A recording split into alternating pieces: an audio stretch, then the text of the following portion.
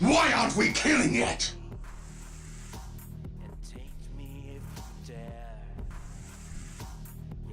What's up, everybody? Oh shit, that was fast.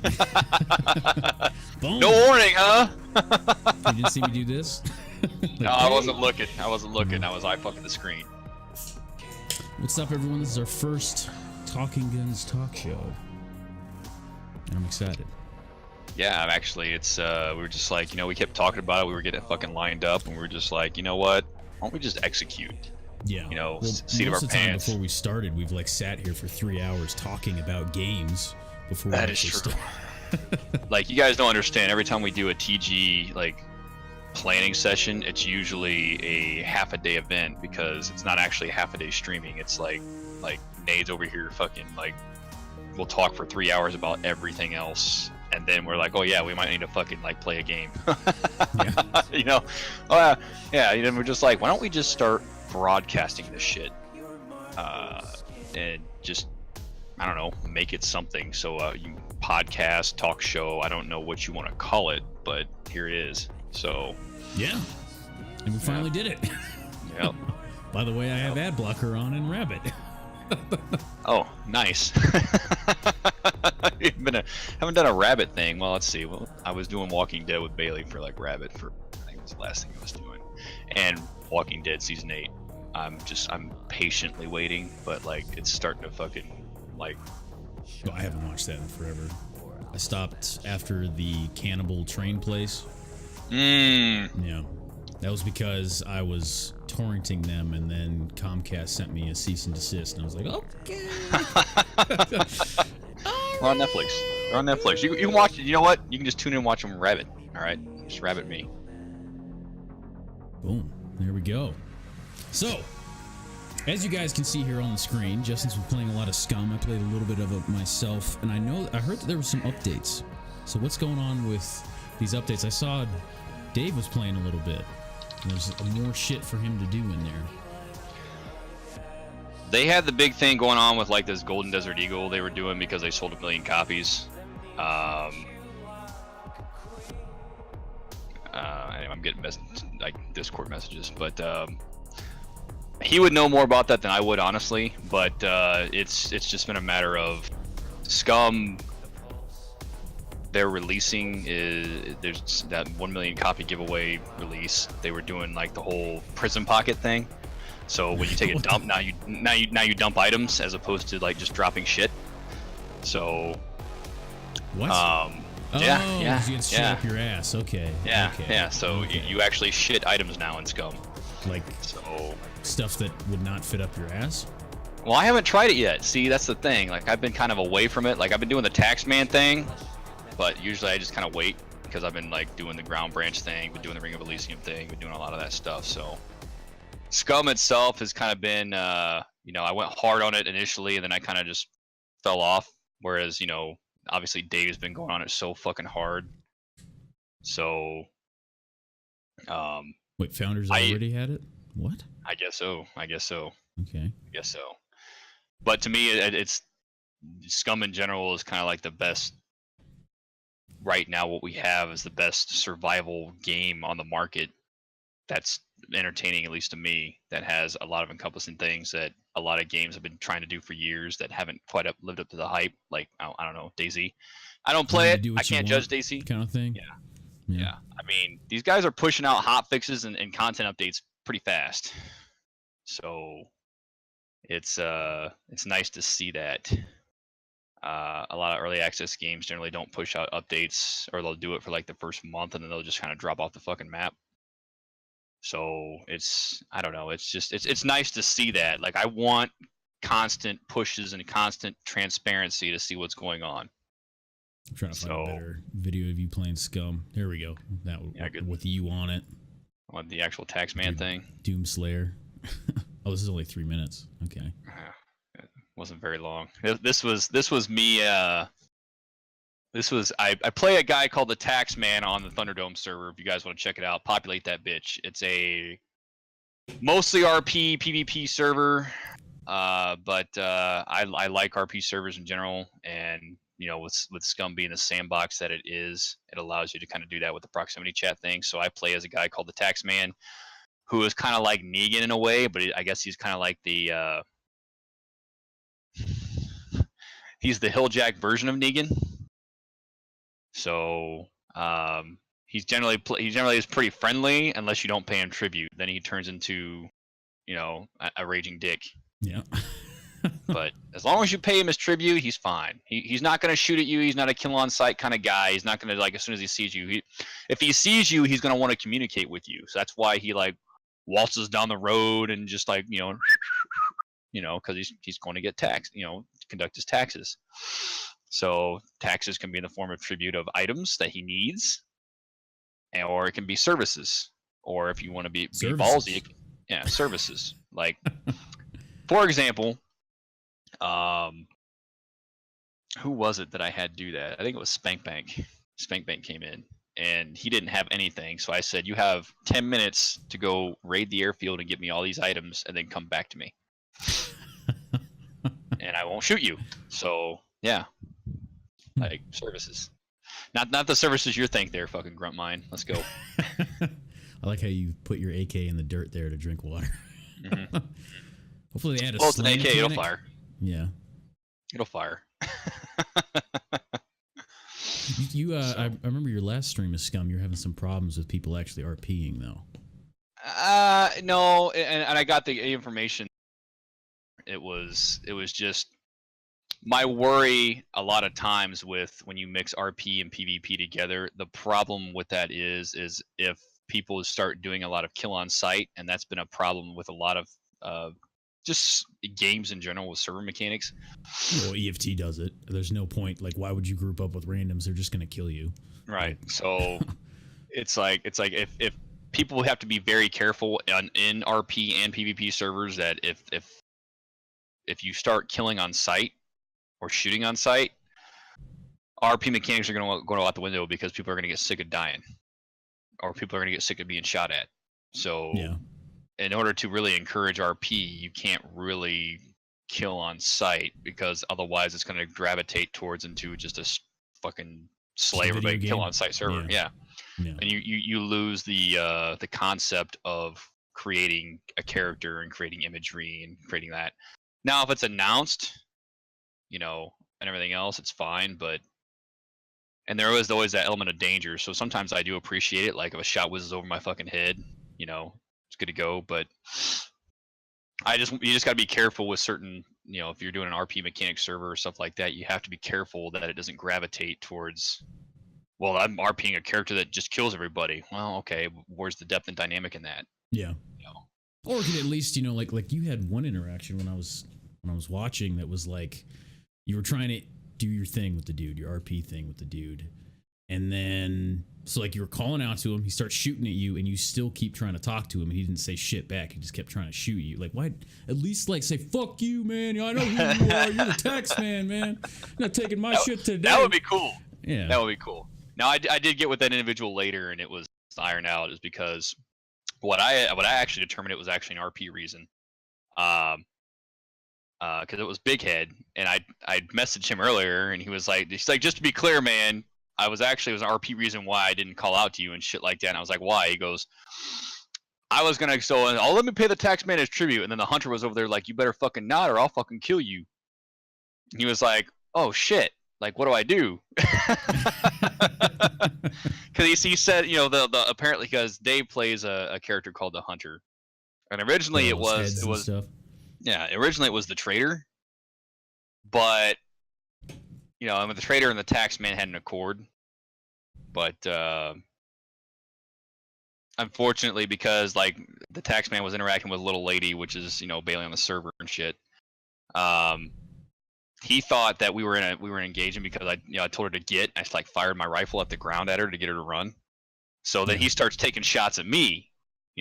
And then the tax man's like, I don't know who that is. So he starts returning fire and he ends up killing the trader. So Dave made this whole thing where like, okay, the trader was slain in a gunfight with the tax man. So now the trader's dead. So now the hunter comes back, the hunter is coming. So that's it's a nice little mechanic we have going on. it just needs more. The more populace we get, the more this world can come alive, because SCUM in general is very sandboxy right now. Yeah, and I could totally see with that growing the RP side and helping the devs grow the community as well, that you could start influencing content.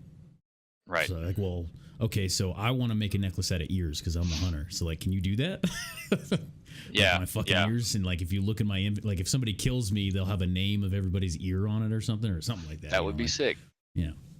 And, you know, and that's kind of the cool part about it is, and like that's what people don't like understand. Like they're like, oh yeah, Scum's there's not a lot of content in it. I'm like, well, that's a perfect time for you to make your own content. Exactly. Yeah. Like I mean, there's been quite a few games like that where it's like, man, this is so bare bones. Like there isn't much here. Like, well, maybe they want to make it to the way the community wants, instead of spending like 5 months and tons of money on stuff that you don't even give a shit about when it comes out. Like I don't even play that. I don't even use that, or it's broken and no one cares about it. You know, like why? Well, I mean, they do plan on incorporating, from my understanding, they plan on incorporating like a quest lines and stuff like that. It's just, for what it is right now, it facilitates a lot of player-driven interactions, which is great. So the more they add to it, the better off it's going to be. And I mean, it's already has a pretty strong package right out the gate, and it's only going to get better. So that's pretty fucking exciting. Yeah. Pretty fucking exciting. I mean, like for example, what you guys have been doing. Yeah. And then hopefully they will see that it has the potential for that. Yeah. And you know, that's and I hope that's what they keep doing, because the mechanics are already like, and like I said, not to throw fucking shade on other games, but you know, there's been other games that have tried to do this for months, and then these guys have done in like 2 weeks what took when they first pushed out shit. There were problems, and they've done in 2 weeks what took like other companies like months to do. And it's like, yo, you need to step up your fucking game. Like this game's gonna shit all over you if you don't. Yeah. So, I mean, I know that's a big worry for a lot of game devs is when other games come out.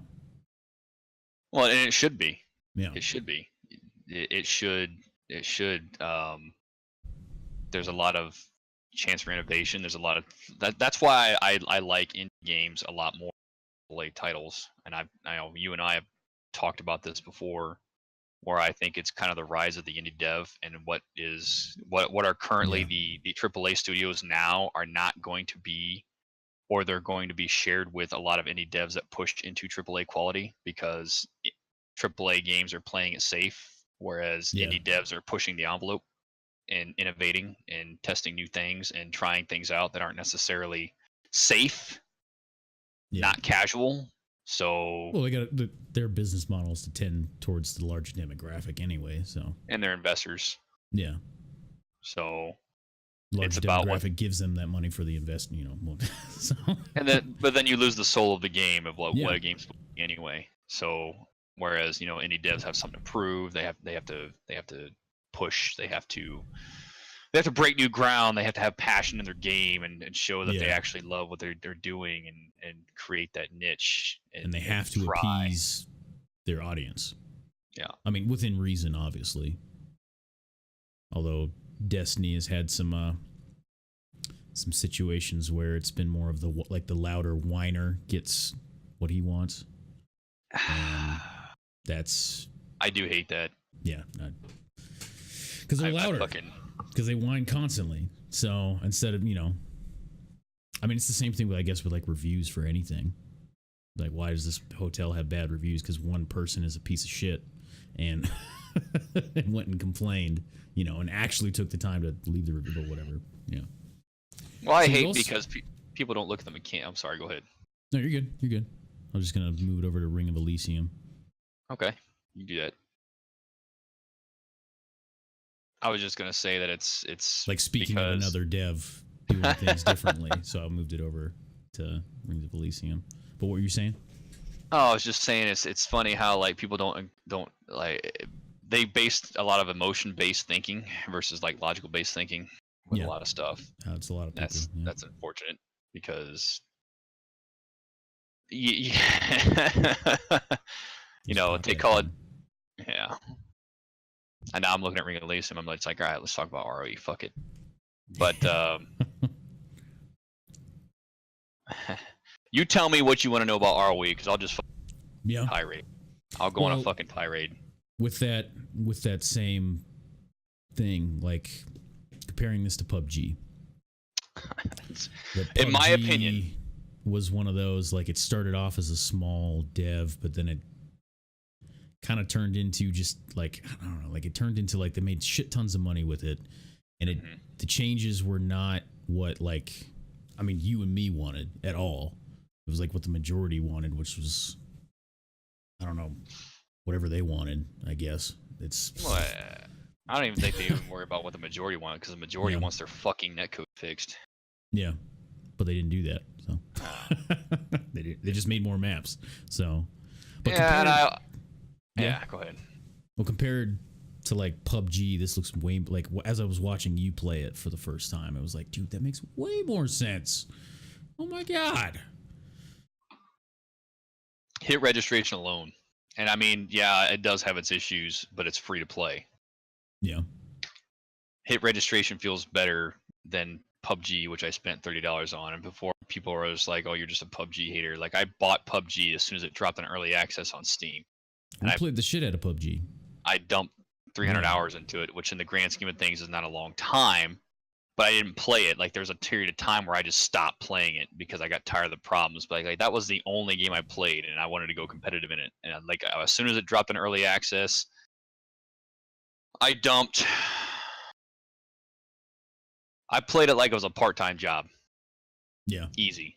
I think if you look back in my earlier history, if it didn't delete it, you would have seen like 8-9 hour streams of me just playing PUBG. Can we see that? No, because they're gone. Twitch only retains it for 30 days. You know that. But I mean, you might see like highlights, maybe. Yeah, you might see some highlights, but like I dumped 8 to 12 hours a day, and when I was working, I dumped like 4 to 5 hours a day every fucking day on PUBG, and then I just finally got sick of it. And then I look at the 1.0 patch, and I look at everything else. I'm just like, you guys still have not fixed this. Yeah. Whereas, you know, this free-to-play game pushes out, and it's like, it feels good. Gunplay feels good. Just the variety of things you can do. Yeah, choosing where you spawn is a nice addition. Yeah. One. Seeing that other people are spawning in other places, so you can play off that. I was okay with dropping too. Like, I like, oh wow, you had to pick a fucking camera footage of me dancing. Well, Blackout also did that. Yeah. With the dropping, which is fine. It's a fine mechanic. It's not. I don't see a problem with it. But no, it feels, for a free to play game, it shits all over PUBG, and that's my opinion. And I mean, if you like PUBG, great. But it's just, I'm sorry, it just has more to it. It just has more to it, and I don't even look at PUBG anymore for it, because there's so many design elements that I've noticed with, like, when I played PUBG and I've been watching you do Ring of Elysium and also Blackout, that it's like, why doesn't it just auto equip when I pick it up? Why doesn't it like switch it over to the next weapon? Like I think you said in Ring of Elysium, when you pick up a new weapon, it just takes all your attachments and puts it on it. If I'm correct. Yeah. I mean, yeah. Why the fuck not, man? Why the fuck not? Why do I have to get ridiculously fast with micromanaging with looting? Like, that's not the fun part. The fun part is the engagements and stuff like that. And that's the issue that I have with PUBG, and that's what ROE does, and what Blackout's been doing, is I don't have to spend 40 minutes looking at the fucking ground trying to loot up, and they focus on their gunplay. And that's what ultimately it is. It's a battle royale, not a survival loot royale. You know what I mean? Yeah, I mean, you just started and you've already got 3 guns with quite a bit of stuff on them. May not be the most ideal, but you're going. Like you could keep looting right now as what you have, but like if you got into an engagement, you're pretty fucking set right now. Yeah, and I feel okay about it. You know what I mean? It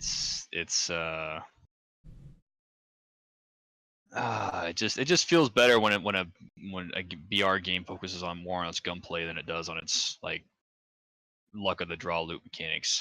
Yeah. So, and that's where it is. It's like every weapon feels decent. Now there's certain things I don't like, certain weapons I'm not gonna like, but that's just user preference. I mean, why would you want to spend those 40 minutes looking at the ground to get into an altercation and it just lag out like crazy and you die? And you're just like, well, I can't even learn from that. I'm trying to look at this intellectually, what I did wrong there. I don't even know. It's because the engine can't support close quarters fights in PUBG, and that's always been a problem. It's always like a medium range engagement game. It's weird. Why the fuck not? This is the question. I have no idea what that's referencing. I am so lost on that one. Are you picking up stuff? Like the gear thing? Yeah, I don't know. No. I'm lost. I'm lost on that one. That one. All right. What's up, anyway. What's up, Paladin? Oh my god, it's sexy people on the stream. Was that a shot at me or a shot at him or a shot at both of us, or are you complimenting both of us? I'm lost.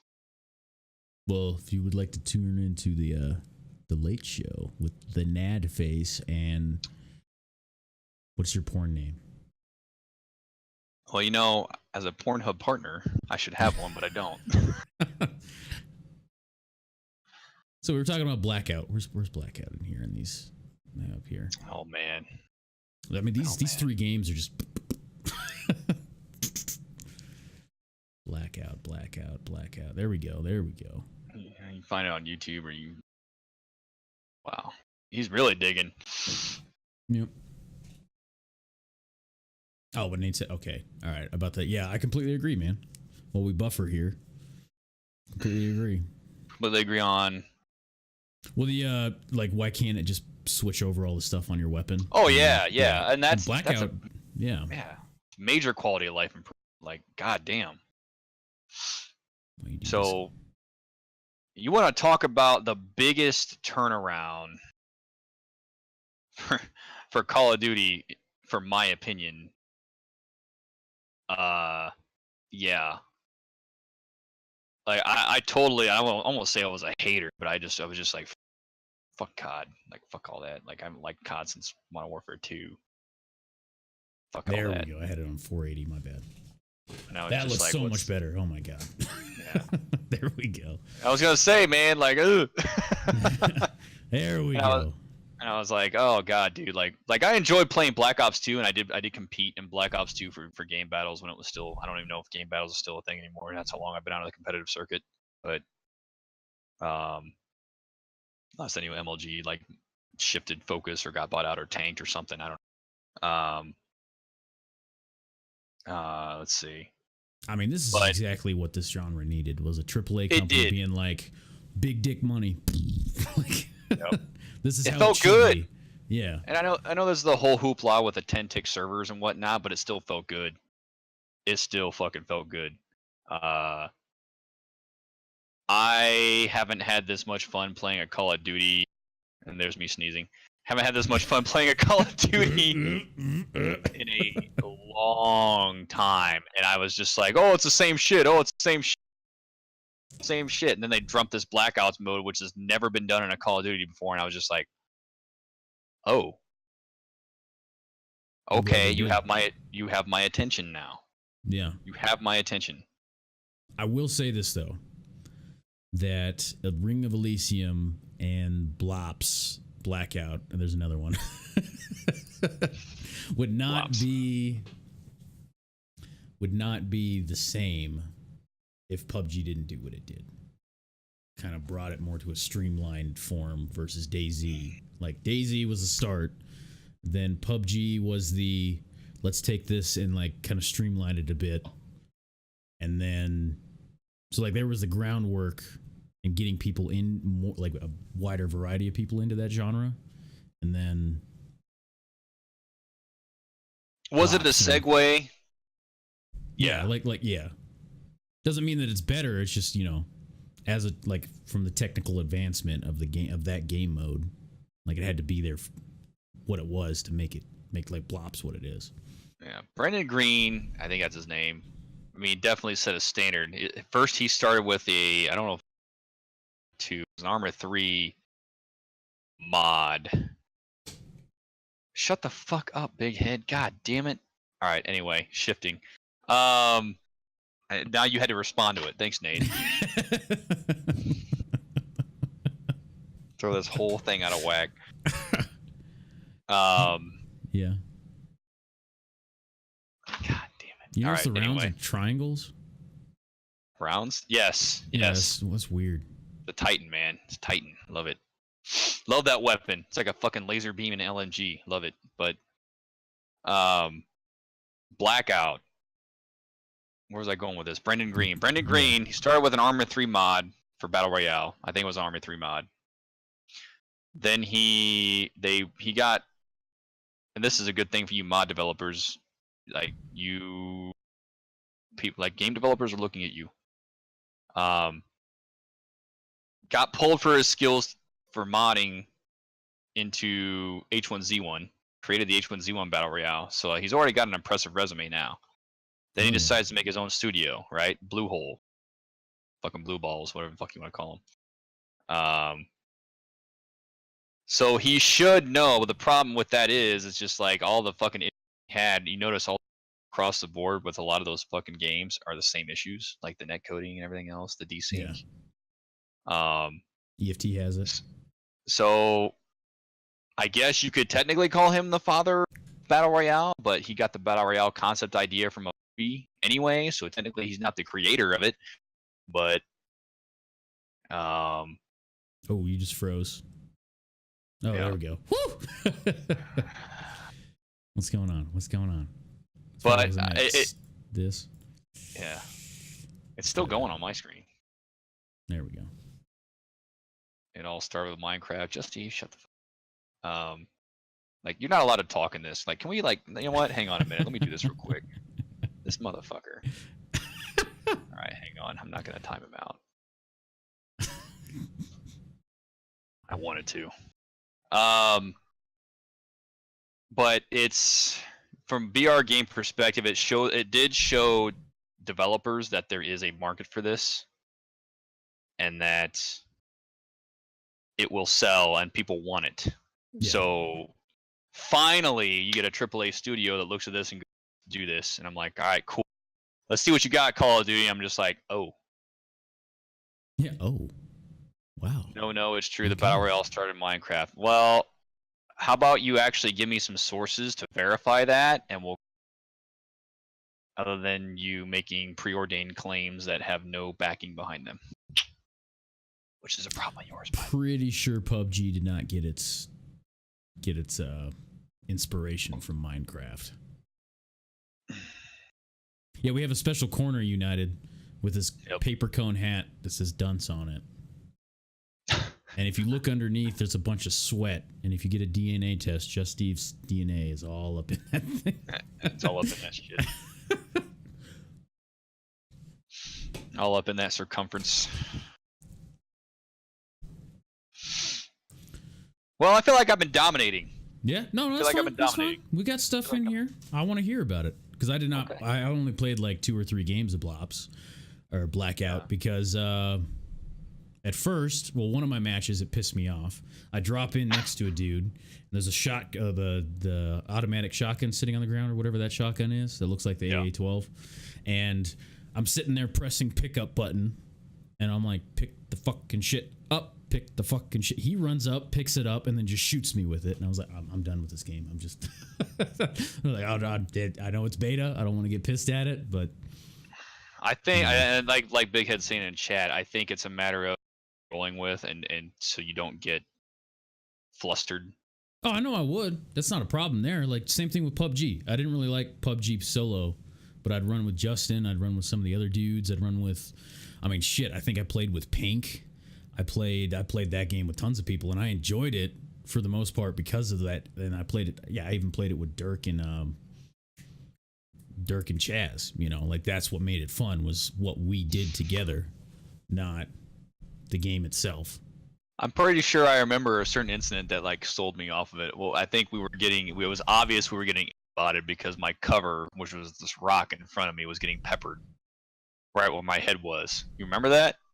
Yeah, that was across the map, and there was a giant rock in front of you, and it was just, and I was like, this is bullshit, dude. And I was third personing it, and I was seeing the impacts, and it was right on my head. Like, that motherfucker aimbotting. He is aimbotting.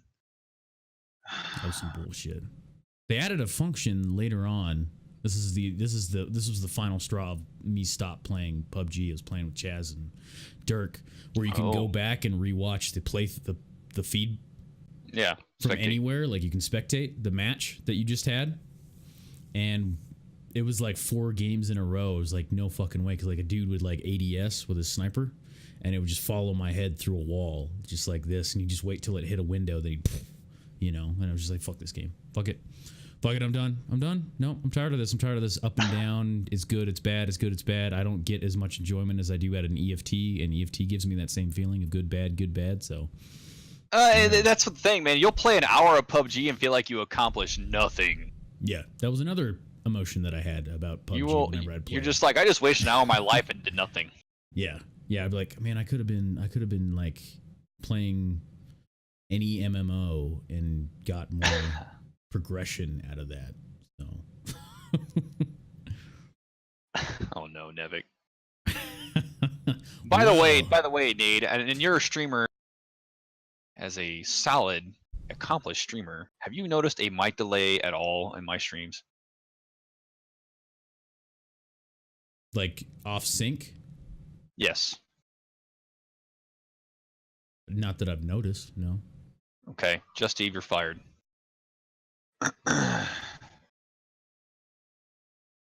No, I don't think so. No, I'll pay attention from now on, but I don't think all right, so, yeah, no. Pay attention. I have had problems with watching streams where I just have to refresh and it resyncs it, but... Oh, he's talking about right now. Well, yeah, it would be right now because it's me transmitting packets of information to Nate's. Yeah, because we're going through Discord. Yeah. It's going to be a little bit off because of Discord video. Yeah, it's going to happen.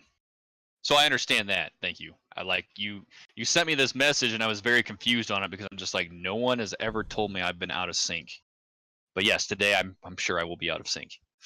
It's not for me. It looks like it fits, so that should be going out. Oh. Really? Don't worry about it, man. It's a talk show. We can work on it later. I think I know what's going on here. What's going on here? Because I have you. Because my Elgato has a half-second lag on it. And I didn't so you're not synced with me is the problem. So that's what's going on here. Okay. All right. Yeah, I was gonna say Big Head's a pretty big audio guy, and I really like that about big audio guy too. Like if there's anything that's audio desynced up, he's like, bro, your shit's fucked. And I'm just like, what is it? And I'll just like stop and I'll just be like focusing because I hate fucked up audio. I can't stand fucked up audio. We're gonna have to handle that off stream sometime. I can remove mine though. You can turn that off on me. Don't worry about it. I don't want you to fuck up with a bunch of shit. Don't worry about it. Stuff on your face. face. Oh wow, I got stuff on my face. Yeah. There we go. There we go. Not in the face, Nate. So am I talking over him? Is that what's going on?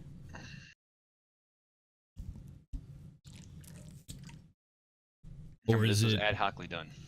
Is it like that? Because I bet a half second, or is it just him is a little off with himself? And I'll work on this later. I'll go watch the VOD. I'm out of sync by like a cunt hair, apparently. Okay. Because I am lagged by a half second.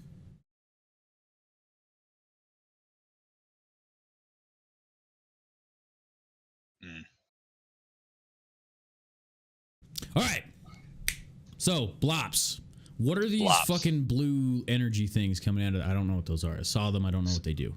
All right. So these are the uniqueness that brings like why Blackout's fucking cool because they incorporated their zombie mode. If you see me slaughtering zombies right now, that is actually a mystery box. Oh, did you see that? Hey, ammo supply line. How about that? Yeah. So yeah, it's a mystery box. What? Yeah. Somebody sub? Yeah. Well, we have all the shit turned off, so it doesn't interrupt what we're talking about. Well, thank you. Yeah. There we go. Hey. Thank you. Now it pops up. Look at that. Fucking Night Raven too. All good shit. Look at that. Look at that. Thanks for supporting my boy. Oh shit. Like now you're taking shit to the face. Is that what that is? Wow. God damn. All right, so I'm gonna need you to let me go ahead and get my Pornhub forms ready to go, and I'm gonna go ahead and fax that to you. We're gonna call a new genre called game porn, and Game porn.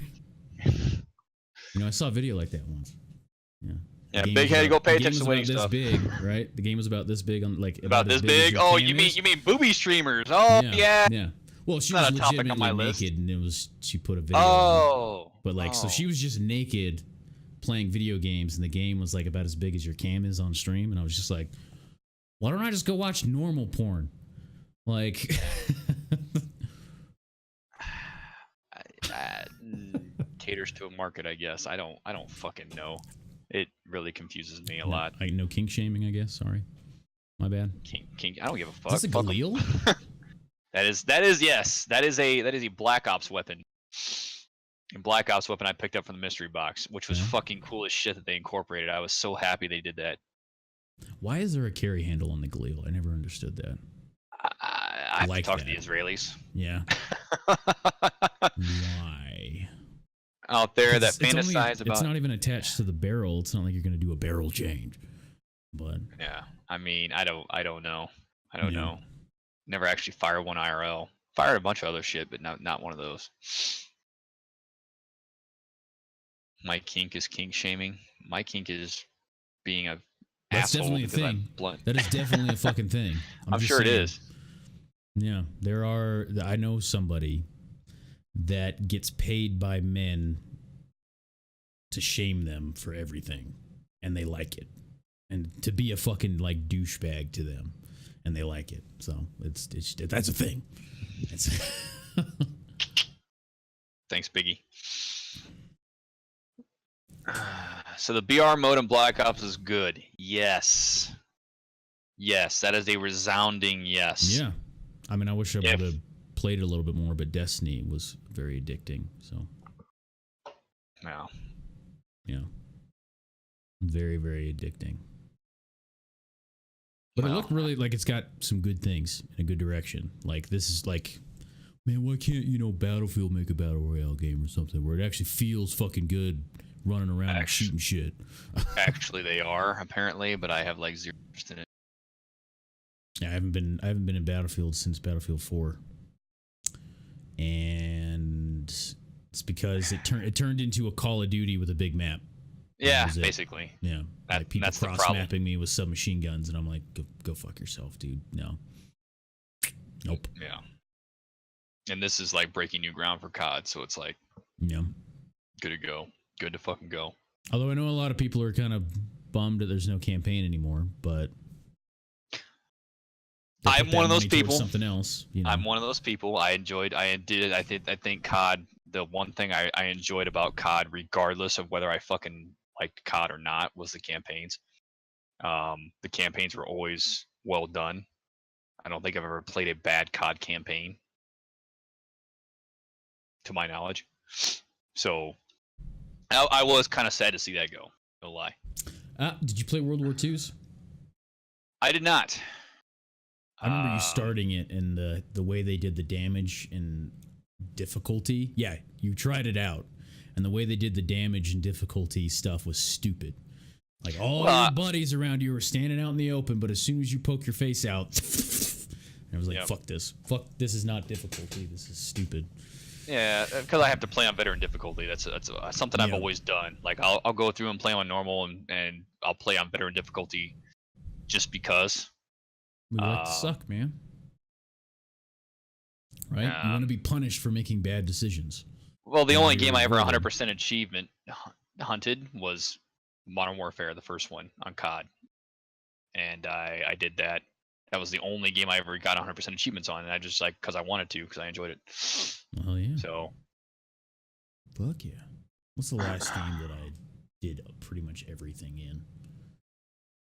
Well, I don't platinum stuff because most of the time, a lot of those things, the little things to platinum, are stupid. PlayStation guy, platinum stuff. Got it.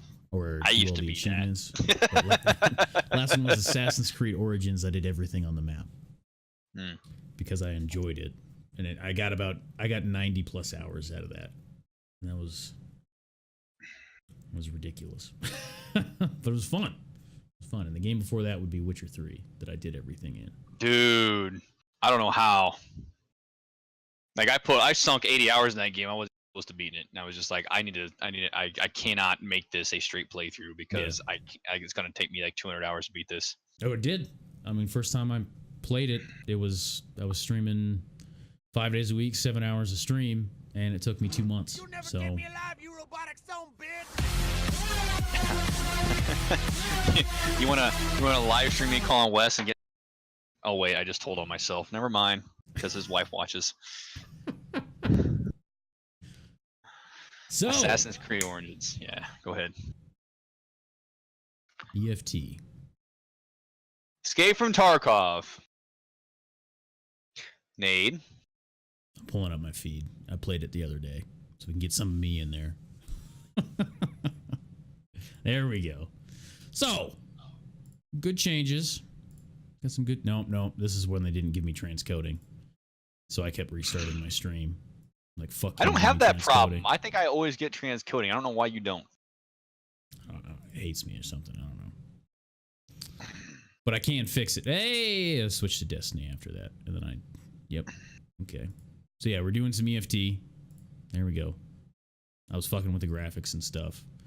And this is before you were like, hey, update your drivers. So I was not having a fun time with this. It was bad. It was laggy. But then I fixed it and it was like, oh, okay, this is all right now. Yeah. And I did notice that it's still like the thing I like about EFT is it still rewards you for not just seeing a dude and then going fucking ape shit, like being calm.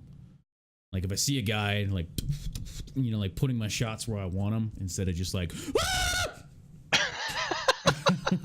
like that's a dude, kill him. Yeah. But it rewards tactical play, and I will say this: it finally feels good to shoot motherfuckers in EFT. I've noticed that I'm not dying from bullshit in EFT. Like if I die, it's because I got outshot or outplayed. Yeah. Finally, which is why now you see my stash, and I have the Edge of Darkness edition. My stash filled up quick because I was slaying fools. I'm just like, oh, finally, you know. The netcode feels good. After I did that, mine was too. I mean, you still have the plays where like you get dicked, or for those of you that don't know what EFT is, it's Escape from Tarkov. It's like as far as the control you have over your character, like I just showed in the video there, is you can hold crouch, right? And then you can use your mouse wheel to go up and down in increments that you want. Like how many times have you been like crouched behind something in a shooter and you're like, dude, I'm way too like above this or not high enough? Yep. You know? So, and the game also lets you, without holding crouch, you can use your mouse wheel to control your speed of walking or, you know, slight jog, airborne shuffle, whatever. But this is the problem I was having before I fixed this. Like I unloaded, I kept popping shots in this dude and he just wouldn't go down. And I was just like, what the fuck? Ooh, yeah, I see that. But this is before I updated and I was having like huge desync problems. So. Yeah, that's. I don't know if you were just. I don't know what it was. It might have been body armor. See, here's the thing that a lot of people, and the game is changing. The game is to undergo a change. And a lot of people are starting to get a little butthurt about things because the Mosin itself has been like a big topic of like, oh, it's OP, you know, it's this and that. Fires a 7.62x54. Shut up. Yes. Like, okay, now because now people are starting to understand that, like, okay, EFT Battle State Game is going to have to make a decision right now, and you have to be very, very careful how you make that decision. Do you want a realistic survival shooter? Because if that's the case, it doesn't matter that you're fucking one-tapping people through their fucking helmets, which is what's going to happen anyway. I'm sorry. Hang on. Stop. Hang on, Nate. Hang on. I'll be right back. Like, for example, talking with the Mosin while he's probably going to go get something. But there was a dude in full body armor, like tons of shit, and all I had was a Mosin on me. That's all I had. This was playing off stream, and but like, I just raised up on the dude. I put 2 in his chest, and he went fucking down. And I was just like, yep, go fuck yourself. Is not going to stop 7.62x54. I'm sorry, it's not. Yeah. This is not going to stop 7.62x39. Even a MIC helmet a MIG helmet, and I'm sure you've had stories of where guys have fucking like sometimes it'll work and sometimes it won't. AK rounds, it's not gonna stop a 7.62 by 54R. It's not. It's not. That shit will fucking cut through that shit like butter. This is rated for like 9mm and fucking pistol calibers and subguns. And shrapnel and bumping your head and it's not gonna fucking stop. It'll stop 5.56. It's not gonna fucking stop that shit. So, and that's where people are getting upset because these Mosin Nagants are so cheap and they're firing rounds that'll slice through their fucking port armors and shit. And it's like that's what it's supposed to do. Yeah, exactly. So it's a big fucking round with a lot of powder behind it. I'm just saying. So I mean, it's that's where EFT's got to make a decision. They're just like, oh, it's OP. Well, playing a survival shooter that's designed to be realistic. Your caliber, even then, like the ballistic, the kinetic transference of that round even impacting your helmet is still gonna fuck you up. And I'm sorry if you're taking 10 rounds in the head, even though it doesn't puncture. I'm gonna, hey Nate, how you doing? That's what I'm gonna sound like. Yeah. Like it's gonna fuck you up. Yeah. It's gonna fuck you up. I mean, even body armor. If you take an AK round to your fucking plate, it's gonna feel like somebody hits you with a sledgehammer. Yeah. Yeah, you're gonna break ribs. Like it's got to spread that kinetic energy out instead of in. So kinetic transference is a thing, guys. It's a fucking thing.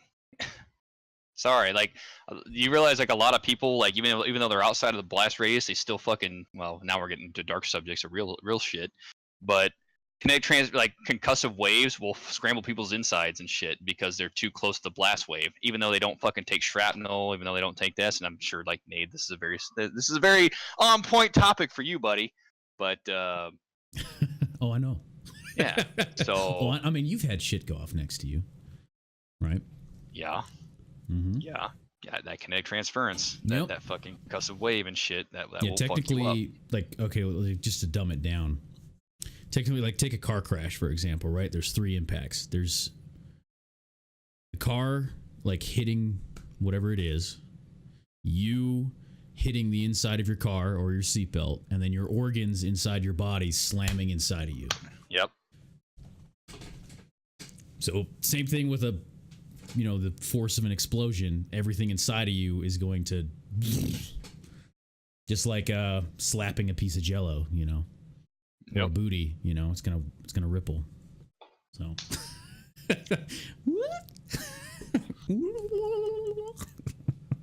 so I mean, yeah. So, Battle State, if you happen to be watching this, don't give in to your little fucking Reddit posts about how Mosin Nagants are OP. Leave it the fuck alone. Yeah. Make people change the way they play. Make people start realizing they can't rely on their fucking mechanics and shit like that. Leave it the fuck alone.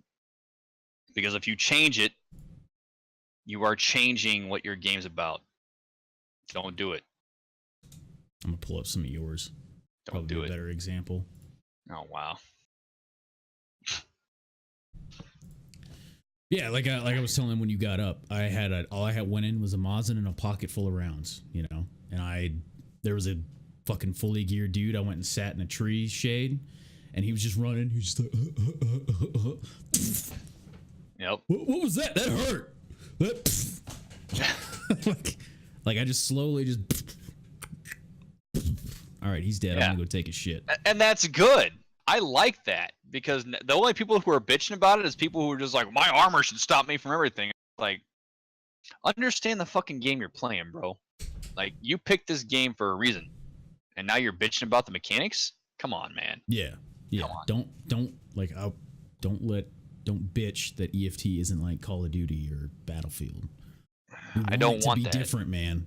I want to come to EFT and be like, dude, I'm gonna have to sit here and go Google what kind of fucking spacer I need or mount I need for this thing. What do I need? Fuck. Yeah, Why doesn't my like I remember the first time I tried to actually like put a suppressor on something on an M4, I was like, Wait a minute. Why It's doesn't not my threaded. suppressor go on there? Yeah, it's like, well, just like the muzzle you have doesn't work with it. Like, well, what? Like, okay, so what's wrong with my suppressor? Well, your suppressor isn't threaded either, so you can't just take it off and then put it on. You got to get a special compensator that it clamps onto. Like, okay, all right, okay, all right. Sorry, Nate, I didn't have that problem. I actually use suppressors. So. No, I did not. So, yeah, loud and proud, baby. Yeah, State Platoon was all about suppressors. And the scout guys got them. Yeah. And the sniper teams. God, they had such. Got to do way more with their weapons, man. I was jelly.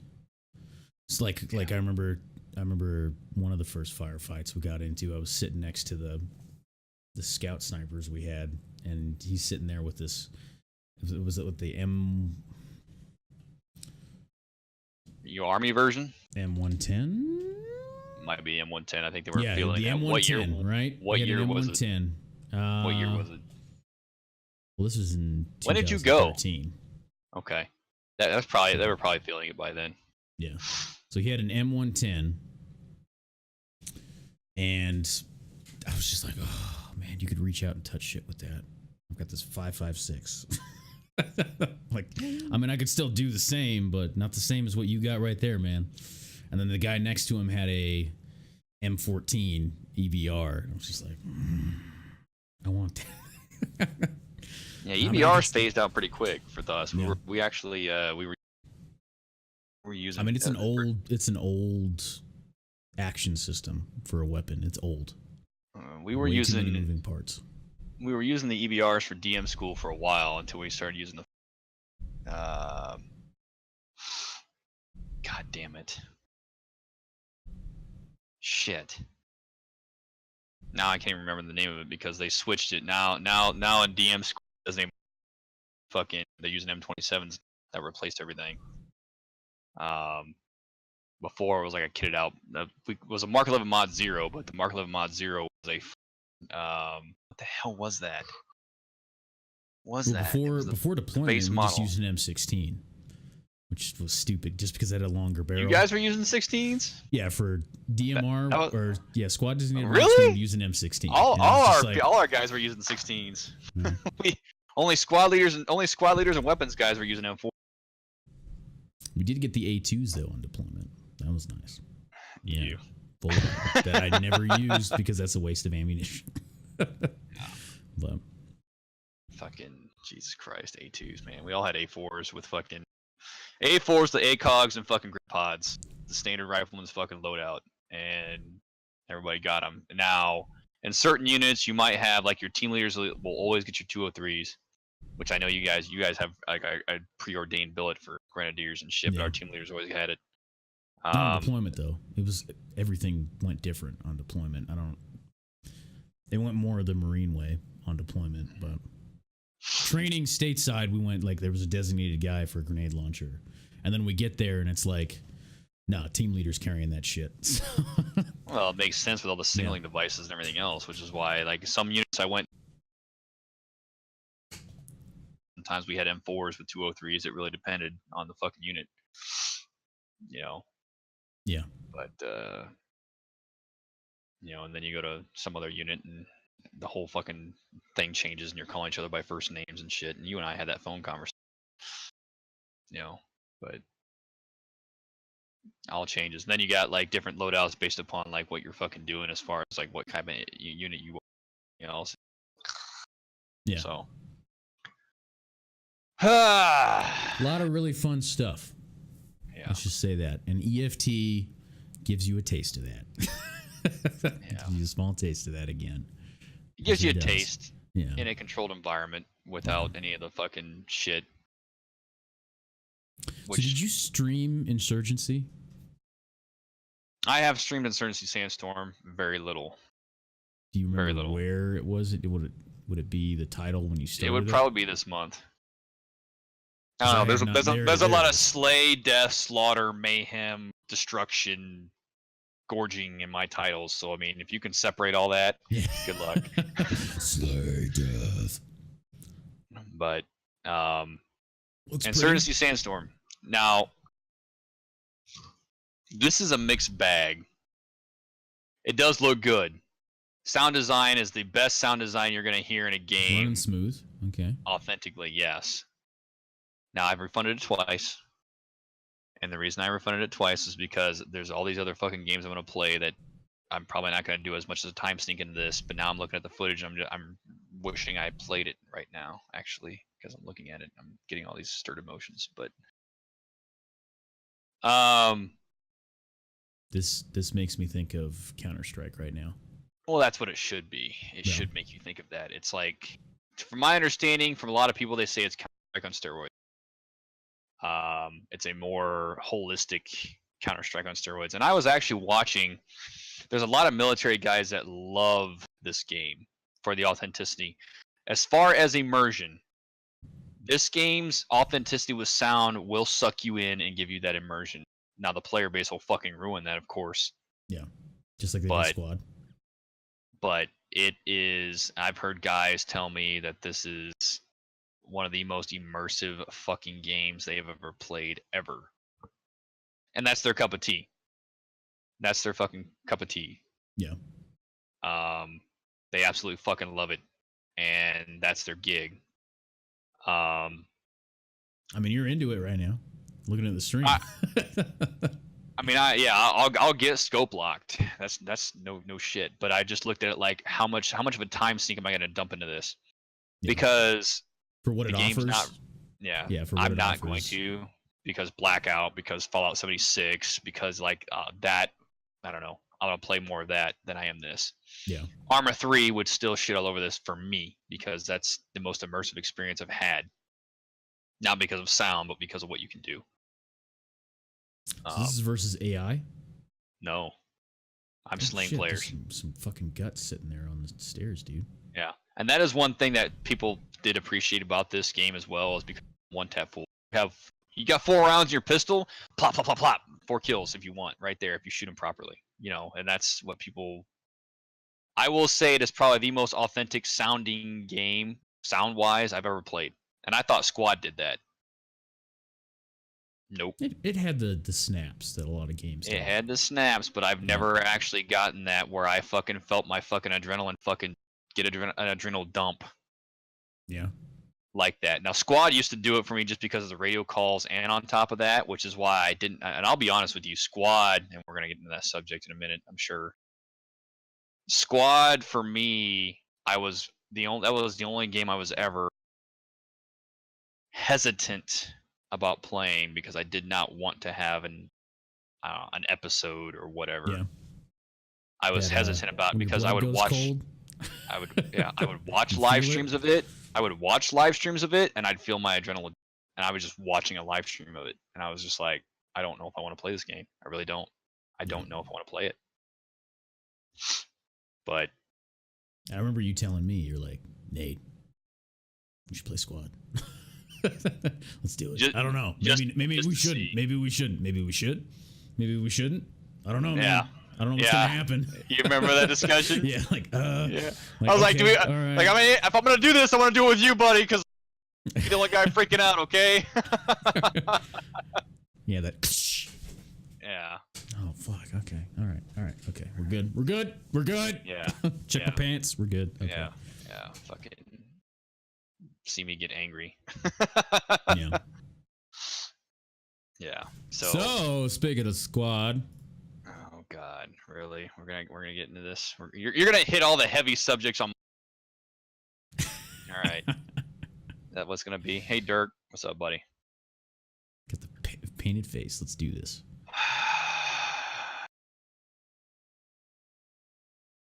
Go ahead. Yeah, about Squad. Yeah. Go ahead. So, for those of you that don't know what Squad is, it's pretty much like the old Battlefield 2, but a little updated and much more team-based mechanic heavy. So, like, for example, you have to run supplies out so that you can start building, like you can actually build defenses, which is a really cool idea, that you actually have to fortify your position if you want to fucking hold it, and then man that position, and then like set up like your fire team leader can drop. Yeah. I have to go piss out all this BS. Just actually have to piss. I'll be right back. Keep going. Yeah. So you actually build fortifications. You can man these fortifications. You need supplies to do so, though. So you'd have people running supplies out there, like people doing supply runs from the main base. And as he's looking at the map here, he's got like your points you need to take. It's either rolling out here at the start of the game or something. And so they got their team. Everybody's set up. Squad leaders actually have squad leader chat, just like it really is. You know, you got your channel for squad leader chat on your radio.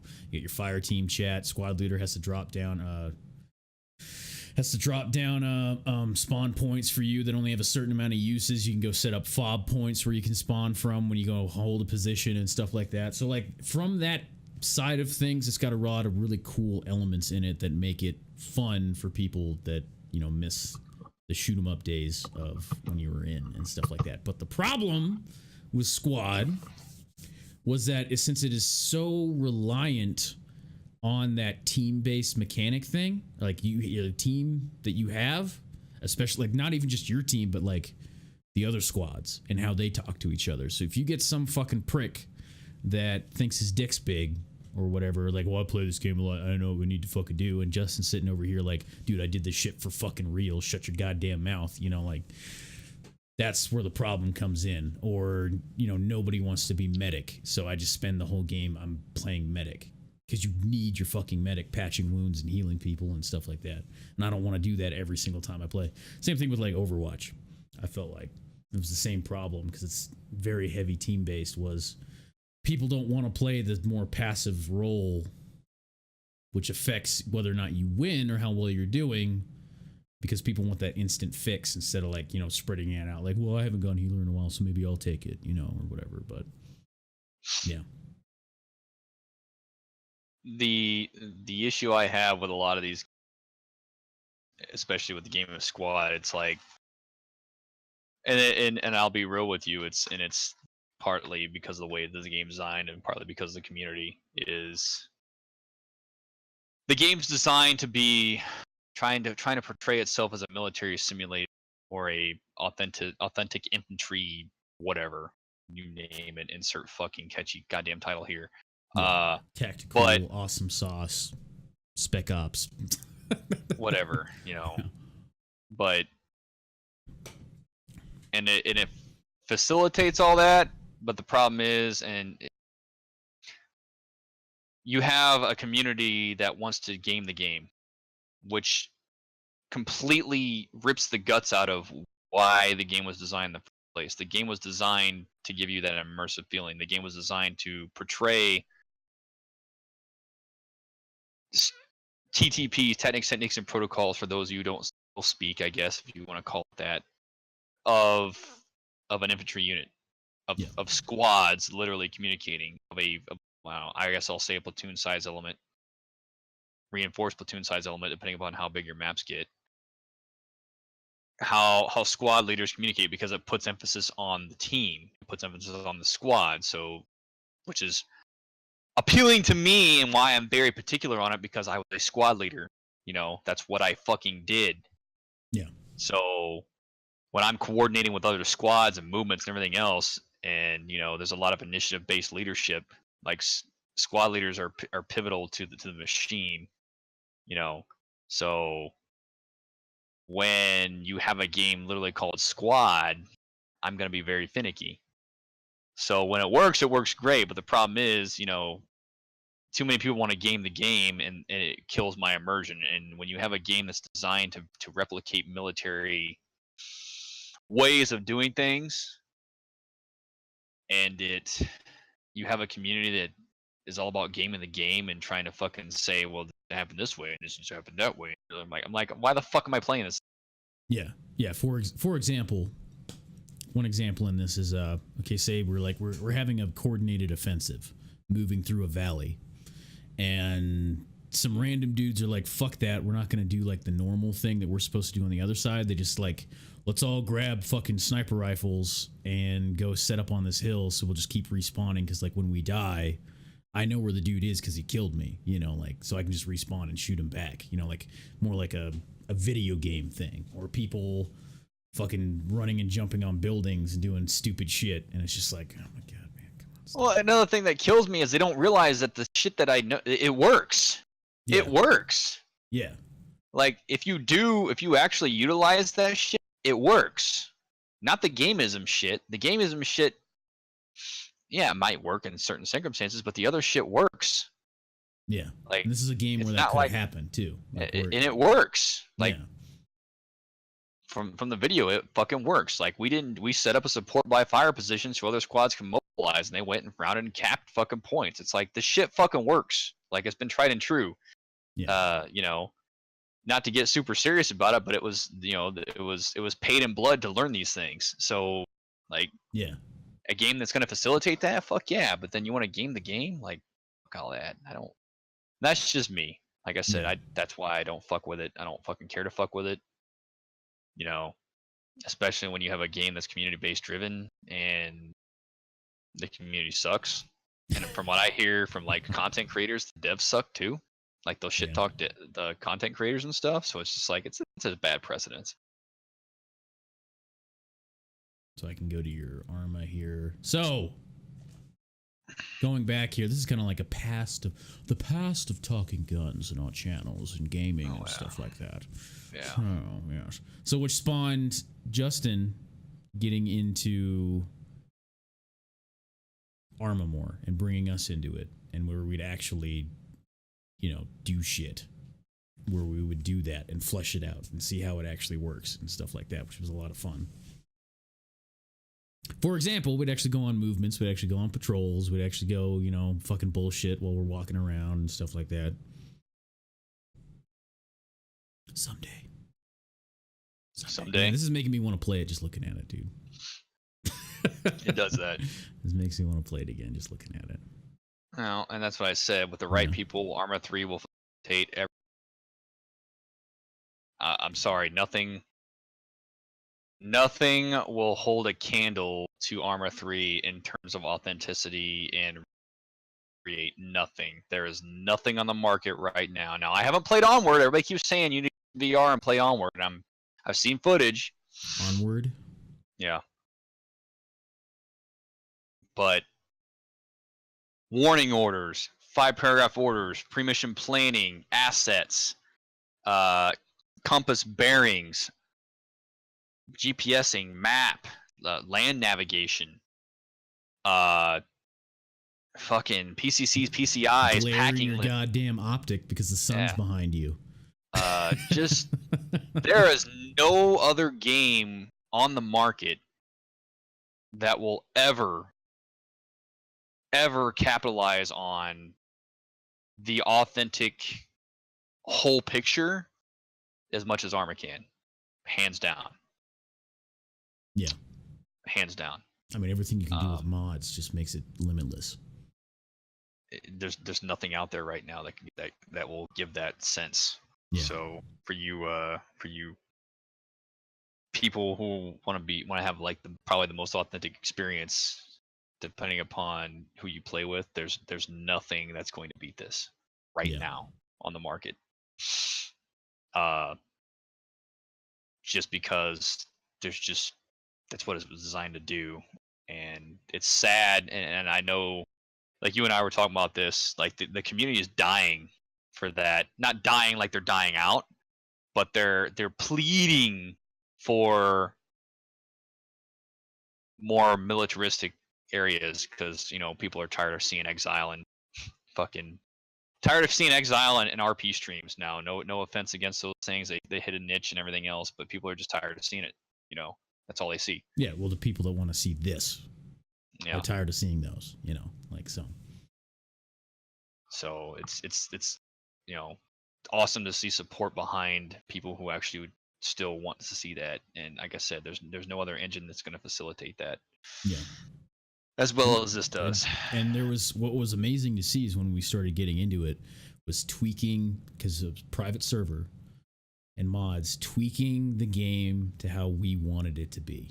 Like, not in a bullshit way, like where we're gods and we can run around and just fucking shoot lightning. Well, there was a part where you actually killed. There could only be one, and then you fucking. I like to fuck around on some. Yeah, it's in my clips. It's in my clips. It's not in here. You didn't put it on YouTube. I didn't put it on YouTube, no. It's in my clips. I'm sure Justy remembers that very well. I remember you dying, dude. And I remember you sent me a fucking reaction. You're like, video. watch this, watch this, watch this. You were dying. I think I've never heard you laugh like that. Fucking. It was still playing in the background, huh? Okay. Oh. Oh. Yeah, he likes it. Oh my god. It's fucking dick. Was it? Where was it? It had to just say there could only be one on it. I don't know. You clipped it. I'll know. No, I think you're going. Nah, keep going. There's some of you in there. There's some of you in there, Mr. Cadence Caller. Yeah. I recommend going back and looking through his clips, by the way. It's some of that stuff. If you want to see more, there were some great moments there. Oh my god. There we go. There it is. Hold on, we're actually going to have audio for this. Roger that, Justin. Promoting you to Zeus. There can be only one. Oh god! Oh my fucking You know god, what? dude. It's the quickening. Oh man. All right, I need to use the restroom too. I say we take a break, then we move on to what we're gonna do with TG in the future. Okay, I'm down with that. I'm down with that. Yes. Yes. So guys, we'll be back shortly. Hey, Kahuna, what's up, man? How you doing, dude? So yeah, we'll be back shortly. Put some tunes on for you guys, and we'll continue the show when we get back. Yeah. Yeah. I was actually I was being a fucking a gerb and watching like past footage stuff of it. I'm excited. Well, welcome back, guys. Let me get that out of the way.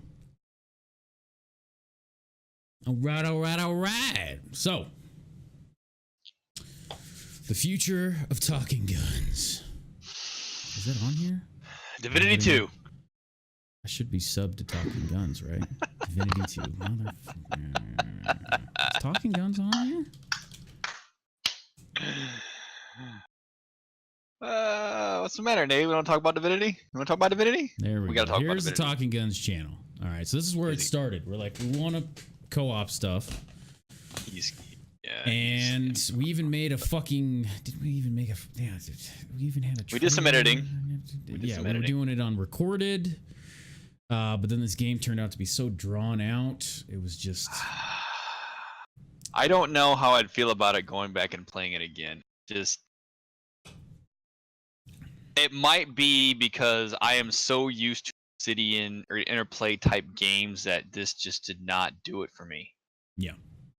It had a lot of cool stuff in it. But everybody keeps especially saying for how co-op. Divinity 2. Yeah, like Divinity 2. So great. Wait, did you play Divinity? No.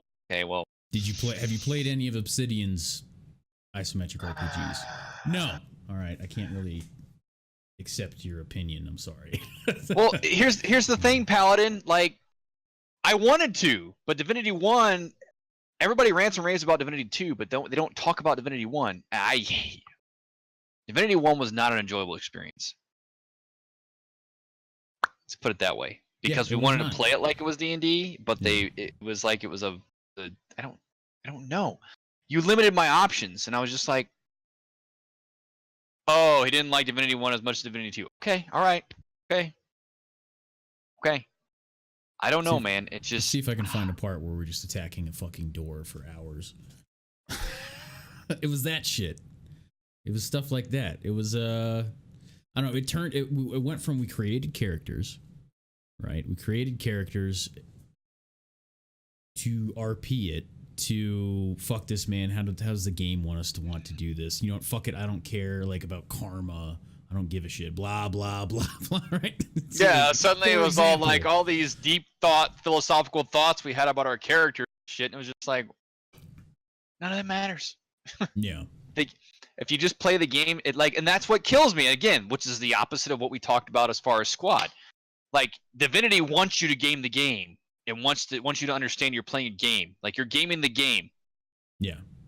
Like it's supposed to be fun, humorous. You're gaming the game. But I came in there wanting to be immersed, which is why. So. Yeah, like having to attack a door for 20 minutes because it's level 20. Like, why did you even do that? What the fact? I mean, it's got really funny things in it. Like I can put a bucket on my head and it reduces my visibility and shit like that. And like, you know, and you can send for a co-op game that's turn-based style. It's fun, but if I would have known how this game was, we would have gone about it completely differently from the start. For example, it's a game that just punishes you for not knowing anything about it, but like why would you want to go into it knowing anything about it? For example, Justin started off as a battle mage, and he spec'd pyromancy. Turns out everything in the game, or most enemies in the game, use fire, so it was completely pointless because it didn't do anything to them or healed them. So it was just like, and we didn't get a respec until what, like Act 2? I don't know. Or something like that. I just looked and it was just like, look, we gave it a good try. I looked at my Steam profile. I have 74 hours in Divinity Original Sin. So I gave it its just due, you know. Yeah, we tried. But we were like an hour away from the end and we quit. I was just like, I can't do this anymore, dude. I can't. Yeah. I can't do it. Yeah, it was bad. Like every time I look at the game, I'm just like, I gotta fire this up again. All right. Another thing was the enemies were very lazily put together. All enemies had the same shit, and they also had abilities that made no fucking sense. Like a random skeleton soldier could do all the same things as me as a warrior. Like could like rally the team, could, you know, do shield bash charge and all this stuff. It's like what they just did is they just like made them look different, but throughout the game they were all the same. Like, all right, so this is a standard, you know, fighter enemy. Doesn't matter if he's undead, doesn't matter if he's a fucking dog, doesn't, you know, like whatever it is, doesn't matter if it's a human, doesn't matter if it's a cultist, doesn't matter if it's a goblin, they all do the same shit. Like they all have the same move sets that don't make any sense. Like they can heal each other. Like what the, they can't heal each other. Come on, it's a fucking skeleton, dude. Like seriously. Like maybe the skeleton mage, but you know, whatever. And then we had to cheese so much stuff. Yeah. To get through it on easy. So No, we were on normal. Yeah, normal. That's what it was. Yeah. When we switched it over just to see like if it enhanced our experience. Like me blocking that doorway with chests. And it's not like I'm new to isometric RPGs. Like again, I've played and beaten Fallout 1, Fallout 2, Baldur's Gate 2, Icewind Dale. Icewind Dale 2 I haven't beaten, but I have. Neverwinter Nights 2. I guess you could classify those as isometric RPGs or not really, but yeah. Tyranny. I played Tyranny. I haven't beaten Tyranny, but I played Tyranny. So I have Pillars of Eternity on my list. Like isometric RPGs are not new to me at all. Yeah. But it just didn't feel right. Yeah. I don't know why. Like if I didn't have that knowledge before, probably would have enjoyed it more. You know what I mean? No. And it's very well put together. Like I mean, I'm just looking at this and just like, yeah, vibrant. It's good. You know, it has a sense of immersion, but it's just like I don't. Why can't I enjoy this? Yeah, we have our little arguments with each other on stuff that is interesting. Though. Like, it's we have so to talk cool to each other, and you know, cool ass mechanics. Love those mechanics, but it's just like, yeah, why are you shooting yourself in the dick? Like that you can control another player too. It's not just me controls all of them. I can have my own, you know, and that was cool. And then we started gearing them out, and we had our interactions with each other and how they talk. Like that was cool. That was cool. But if you guys want a isometric RPG to start into, I would highly recommend Tyranny being your first. Anything by Obsidian. Yeah. Just look up Obsidian and buy everything. Well, I'm going to test that theory because I have not played what the fuck is it? Installed. I have a review of Tyranny. It's a non-spoiler review. Yeah. It's just me sitting in front of the camera, but like Tyranny as an isometric RPG, it's not as in depth as Baldur's Gate. It's not as in depth as far as like what you can do I don't know. Like Pillars of Eternity and stuff like that. It's much more. Why I loved it is because it was more like everything had relevance that you did. Like any side thing tied back into the main story. Yes, that's what killed me. Yeah, because you didn't go do some of the side stuff. Or? There's no affecting the world, man. There's no affect. Everything is like a linear pathway. Like you can't affect the world. Like you're at your. I think that's what turned me off the most. Like not tyranny. I'm talking about Divinity. Okay. Oh yeah. Divinity. Yeah. We're talking about Divinity. There was no. There were several times that we just saved and then killed everybody just for the fun of it. Yeah, really it was. It's like it gave you the illusion of choice, which Nate and I are going to get into an argument with this one. Bethesda's Fallout versus Obsidian and Interplay's Fallout. Illusion of choice. Well, Fallout is still an illusion of choice. It's not really choice. How? Because other games do this too. All right, so there's like you've got option A, B, C, and D. Really, all that comes down to is you kill him now or you kill him later. Like, you know, like stuff like that. Or like, but it's wherever you're getting from point A to point B, it'll be the same. Not really. Not in Obsidian RPGs. You can leave them alive. Well, I mean, in Fallout. In Fallout, you're going to get which to the one? Same endpoint. Which one?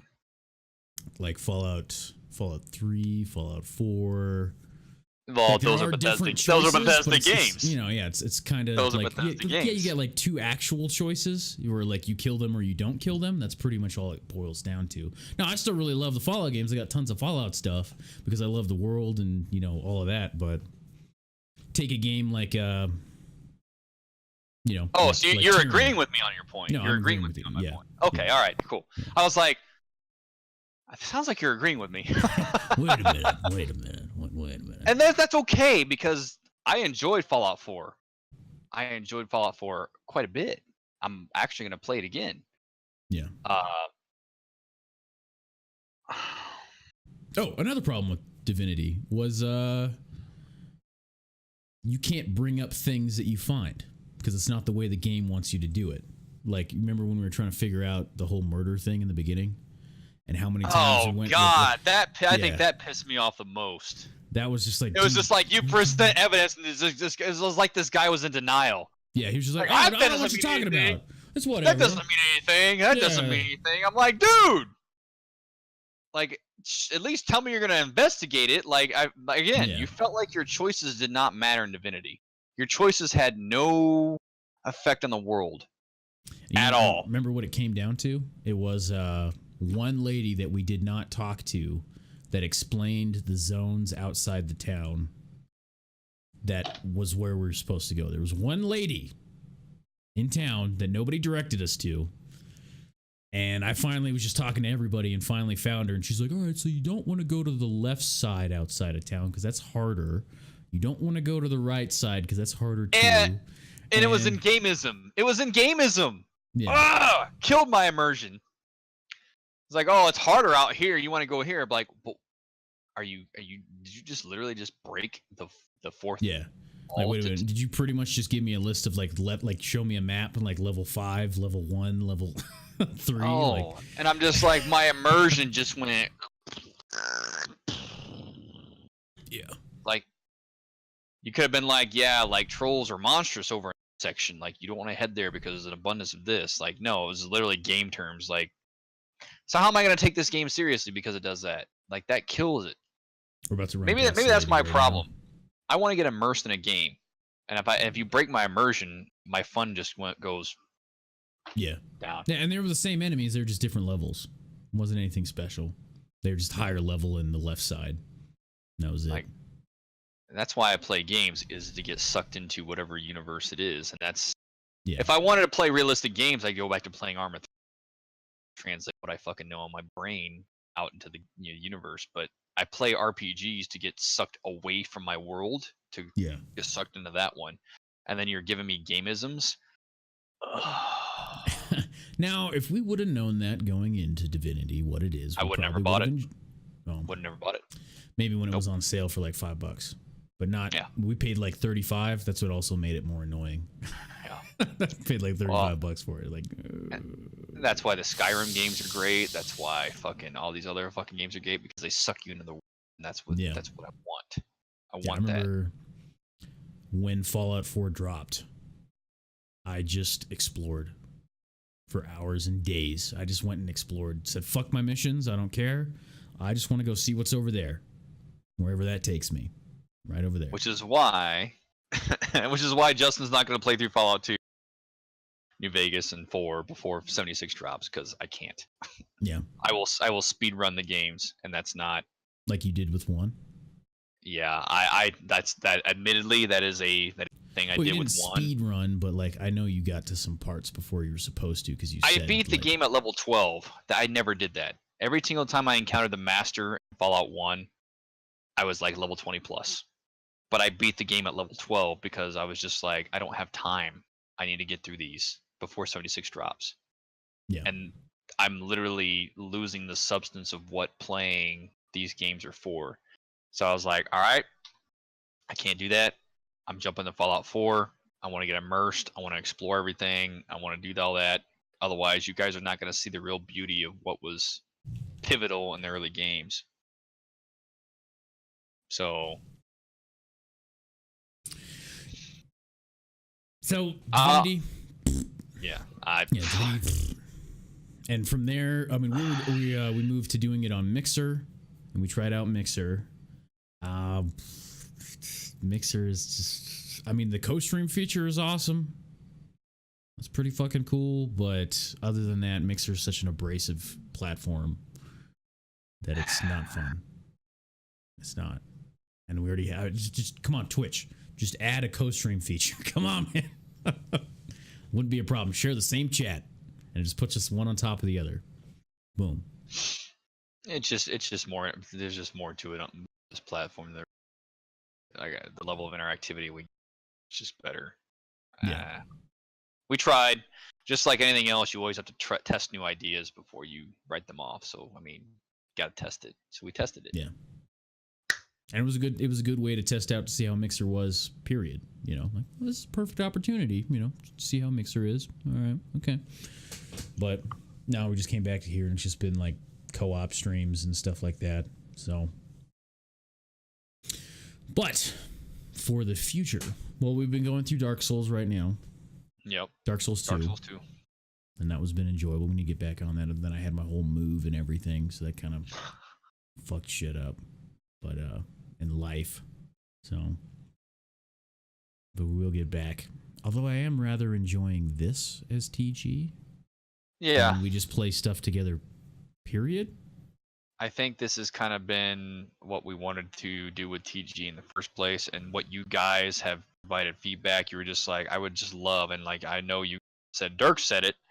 I would just love to get you guys' feedback and just have you talk about games in general. And I'm just like, fuck it. And then I saw him like, oh, we're setting this shit up. Yeah. Well, why don't we just like, do it today? Why don't we just do it? Well, just we don't have a topic list. Like, well, let's just fucking make one then. All right, let's do that. There we go. So this is probably going to like a be the hallmark of what we mainly do in TG. Yeah, play stuff together and then talk about it. Yeah. I mean, of course we have to find content, guns. but it's like, yeah, it's, so. you know, I like this, and it's funny, like I actually, sometimes I think I enjoy this. Gaming. Why do I say that? Because I can connect with you all, and Nate can connect with you, and I can connect with Nate, and Nate and I can both connect with you all on a deeper level than just entertaining you with a game on a screen, right? Yeah. So I mean, we have our own streams for that, which we can play together and stuff like that. Right. And I would love to have guests on this here show at some point as well. Somebody in the middle there, maybe up in the top corner, upside down. You know, but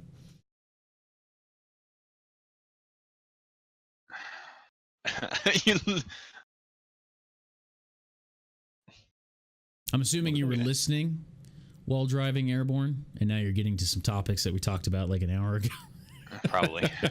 Yeah. Now that you're stopped, I got you, man. Yeah. So, no more Divinity. Fuck that. We've been on Dark Souls.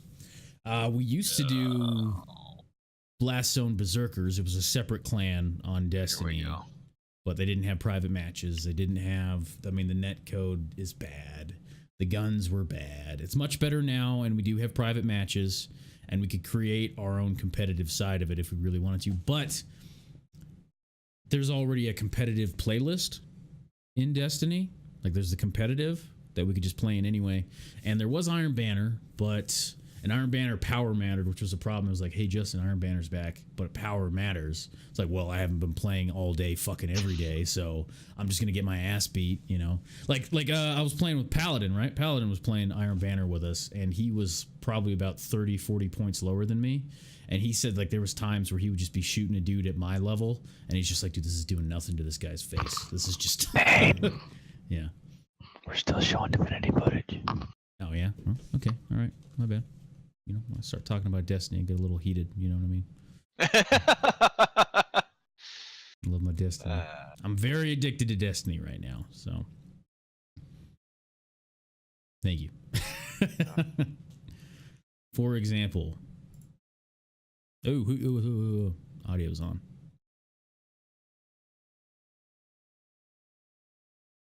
Oh man, I'm not gonna lie. I actually enjoyed doing this with you. Destiny? Yeah. Yeah, we did a raid. Fuck, man. There's more raids to do. There's a new raid. We've got oh man, there's so much new shit with this newest update. Those of you that don't know, or like you, I know you don't know everything what's going on. Just so okay, so there's an actual end game place in the game now. An end game place called the Dreaming City. So there's all your other shit that you have to do, like, you know, the nightfalls, the weeklies, the dailies, your bounties, and stuff like that. And those all give you powers so you can level up. But there's the Dreaming City, where when the raid came out, it changed the fucking Dreaming City. It released a curse when they beat the raid. Like, so players doing something made a cutscene that you got, and then the world changed, and then it got worse over weeks. The corruption and the enemies changed, their positioning changed. There was a new weekly mission every week. With that, it was like, fuck, we got to beat back the corruption. And then there was a dungeon that came out, and it didn't stop the cycle until somebody beat that dungeon. And they did. No, that's cool. Within the first fucking day, somebody did. But and then somebody soloed it like hours later. But it's like a mini raid for 3 people was the dungeon. So like shit is actually getting affected by what we do in the game, and we see changes, and based on those changes, the things that you needed to do every week, how that changed it. So like, for example, there was the Blind Well, which is like escalation protocol. So it's pretty much, it's horde mode, wave based. And so when you're doing that, each week it was different enemies as the corruption was getting worse. And it was cool to see the thing that I needed to do every week, you know, like the slog that you go through grinding what you need was changing every week. And then you also had challenges that you had to do that changed every fucking week. Like, it wasn't the same thing. Like, one week it was a jumping puzzle. Next week it was a big fight. The next week it was you had to do something special, or, you know, whatever. So it's really cool to see how Destiny has evolved in that way, and also with the random rolls back, and how you love PvP, you can get some fucking amazing rolls on stuff and be like, dude, this is amazing. I'm just gonna wreck fools with this. It's so much better. It definitely caught my eyeball, because I thought I was too, and I think you were actually even more critical than I was when it first dropped, and it was just and now that I see you actually getting excited for it, I'm just like, okay, all right, you know, let me pay attention. I will say this: there's a lot more from look at that and go, okay, all right, I'm worthwhile playing into it, you know. Yeah. Also, there is a I'm gonna tell you really quick. I just remembered something that you'll like. So there's a wall in the raid where you can put in combinations, and if you do a certain combination, somebody found it, you can activate the old Halo grunt birthday party in the raid. Yeah. It got annoying as fuck, but, you know, like, every time you headshot something, confetti and yeah. Like, yes. Shit like that is in the game now. Like, that's cool. But as you were saying. Well, I mean, I guess I need to caveat on some of these questions here before I get into it, but just I guess a side chat. Where was it, Dirk? Where was it, Dirk? We gonna see Nade? No, maybe we should say that for questions at the end. What do you think? I'm just replying to a thing about dinner. Yeah, we can do questions when we're done with what we're talking about. But yeah, so Destiny, as far as Dirk, a thing here. I see your question, but I'm gonna hold on at the end. Sorry, Nade. Oh, he send you one privately? No, it was actually in chat. Oh, okay, yeah. Well, we'll save that. We'll save that question. Okay, I'm gonna remember that when we get to questions at the end here. Okay, so as a TG thing, Destiny has way more potential for us to do shit together. Also, the clan stuff is now dependent on you doing stuff with your clan mates for bounties. So like with the community side of that and coming together, and then the competitive PvP that we want to do with that. And I mean, Trials is gone right now, but we all know that Trials was fucking terrible. But that would give everybody some time to get used to how PvP is now, because they completely changed the system, and like it's gonna be. I mean, you played a bit when you came back, and like, wow, this is different. I like having to figure out the new. Oh, I had to call you. Yeah. I think I did have that live stream footage of like I was like I called you and put you on speaker. I'm like, Nate. He's like, what's up? Help! I was like, help. He's like, what? I'm like, I need you to get on Destiny 2 and help. Like, what? I don't even like where'd my guns go? There's nothing in my power slot. Like, what the what's going on right now? Yeah, like help. They just changed everything on me.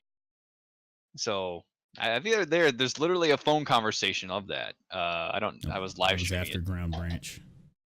Yeah, I don't know, but I literally called him and was like, help. I was like, damn. If you can find it.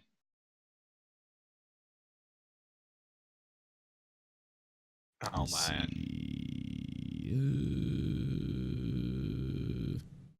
And I will say this, I love the community. Obviously, Destiny has a very solid community. I didn't spend a dime on it, and you guys helped me out with that, which is awesome. So, excuse me. The game is in a much better place now. Much better place. Now, granted, it's not as in depth as say Division with gear and stuff like that. Ooh, you just reminded me of stuff. Like if we're gonna go on this Destiny 2 thing. Yeah, what's up? Blast Zone Berserkers. Yeah, Blast Zone Berserkers. So what we had before D2 came out, I was playing a shit ton of D1 to get, hyped up, and I had a lot of things that I wanted to do in D1. They had the books you had to do to get the t-shirt. I'm wearing a Destiny t-shirt right now, but I don't have the other one.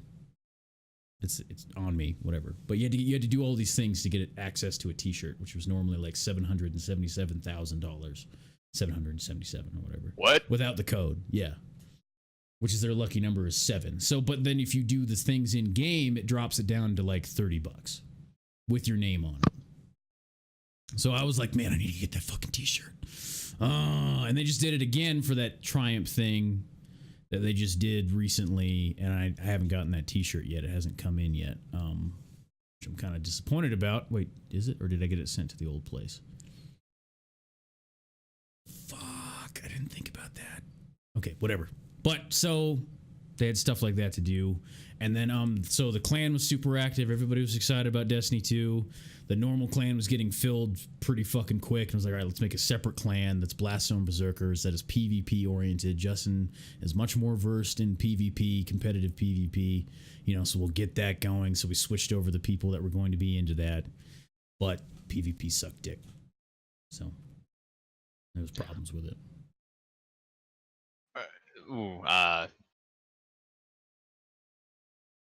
Caveating on that, PvP's changed so dynamically. Yeah. Well, and you can add Gambit to competitive as well. So. Oh man, like I'm actually, and here's your public service announcement if we haven't announced it.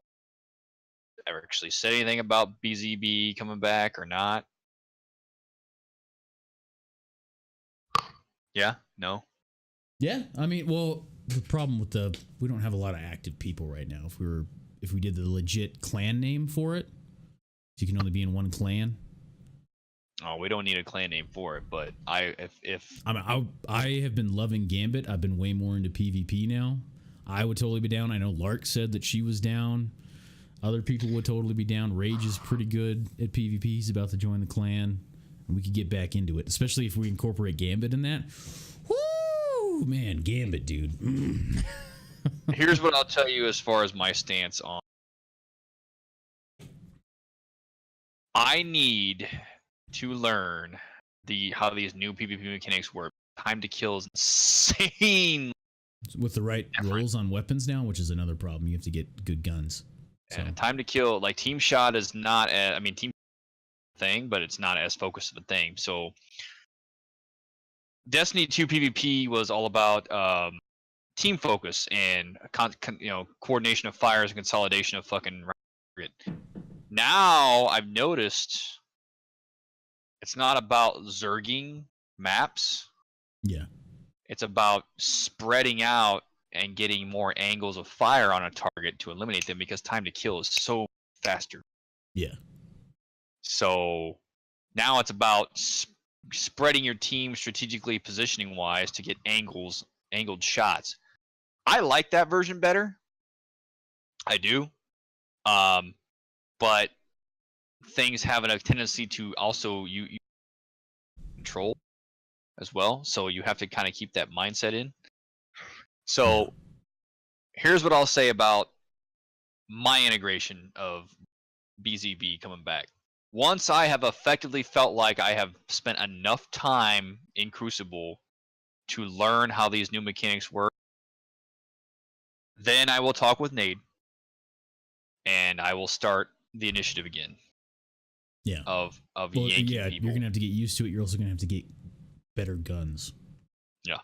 So, for example, it was an Iron Banner weapon. It's a pulse that has Outlaw and Rampage on it. And with Outlaw and Rampage, and I know you like your pulse because you're using Vigilance Wing here that takes up 90% of the screen when you ADS. But like that thing, man, because what Rampage does is it ups the damage on every kill.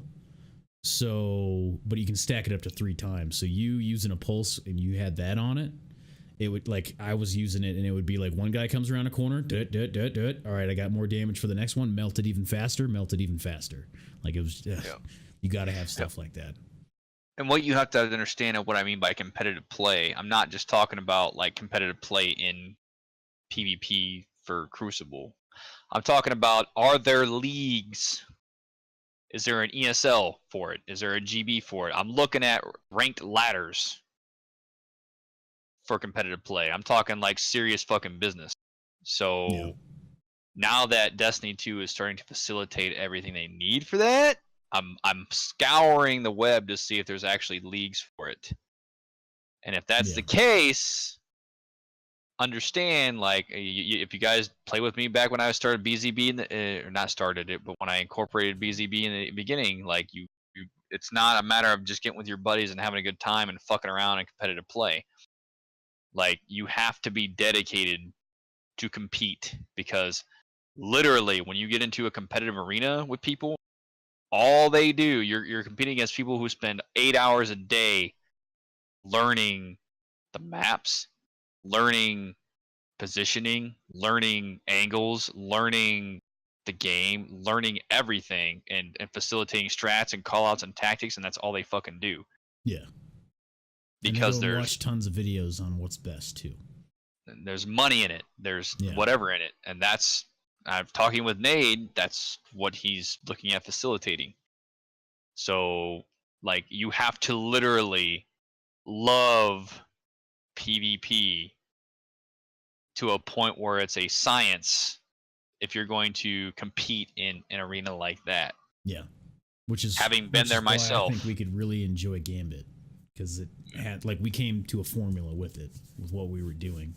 And we did, I mean, yesterday we did like 8 matches, didn't lose a single one. Yep. So we had the dynamic down, so. Yep. Yep, and that's something I have to look into now because now I'm sure be a fuck because why wouldn't there be? So the PvP fucking mechanics in Destiny 2 quite a bit. Yeah, it's not just Crucible anymore. So I have to do a lot of research and I have to dedicate time to do that. And it's you know, and if you actually want to go competitive with it, it's suck because you gotta have almost like you have to treat it like as a fucking job. Like you gotta take it that serious sometimes because some people do take it that serious because it is. But I haven't seen any leagues for it. I haven't seen any like ranked ladders for it or any kind of like competitive arenas for it. I haven't seen it like obviously, you know, when you think Destiny 2, you're not really thinking like PvP competitive arena. Yeah. So well, when we do this though, if it's Gambit, we need United. United's fucking like he's saying there. He was our designated fucking invader. He would just wipe the floor with the team, and he was embracing the darkness. He's like, "Oh, I'm sorry. Did I just kill you?" It was great. Love it. Very good time. Yeah, very well oriented towards that. So I would like to see Blast Zone Berserkers come back. I would also like to see it go into Gambit and smash Gambit too, because a nice blend of PvE, VP. They have some mechanics they need to fix. For example, so I mean, you understand the basic concept, right? Where you gotta every enemy drops motes, and you want to bank the motes where you summon a blocker to the other side. So yeah, after I failed horribly on like the couple times I played it, yeah, I figured that out. Yeah. So if you guys see at the top or the left side of the screen, there's Primeval Slayer. You can get stacks of those. And right now we only have one. And what those stacks do is it makes you do more damage to the Primeval, which is the boss that you want to kill so you can win. So now we have 2 stacks. So how that works, the way they designed it is fucking stupid, and I hope they fix it, because if you summon first, you give the other team more stacks. The losing team. If yours is closer to dying than theirs and they have their summon too, it gives them more stacks, so they're doing more damage to their Primeval. So it's pretty much like throwing the fucking losing team a bone. They also, if they're doing worse on motes, they get more enemies that drop more motes and stuff like that. And it's just like, why would you the fuck, man? Why would you do that? Like, if they suck, they fucking suck. Well, then we just have United come in and just go kill them anyway. But yeah.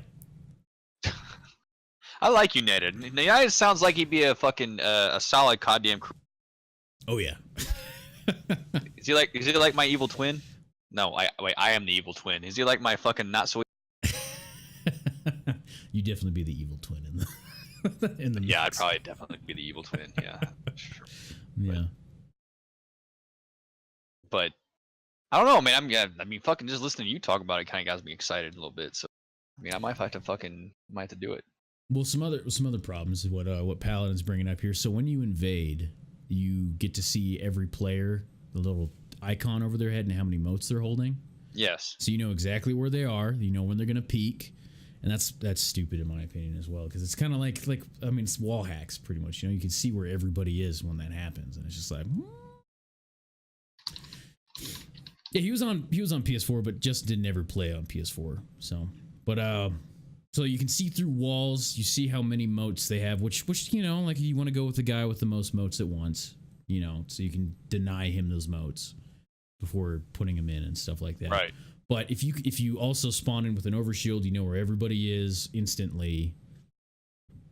And then it gets to the point where they have that mechanic where they help out the losing team. Like there's been so many times where United has been smashing the other team so much that they only have like 5 motes banked, and we've already summoned for 75. So what the game does is it gives them an invasion after invasion after invasion after invasion after invasion, so they can come and fuck us because they're losing terribly.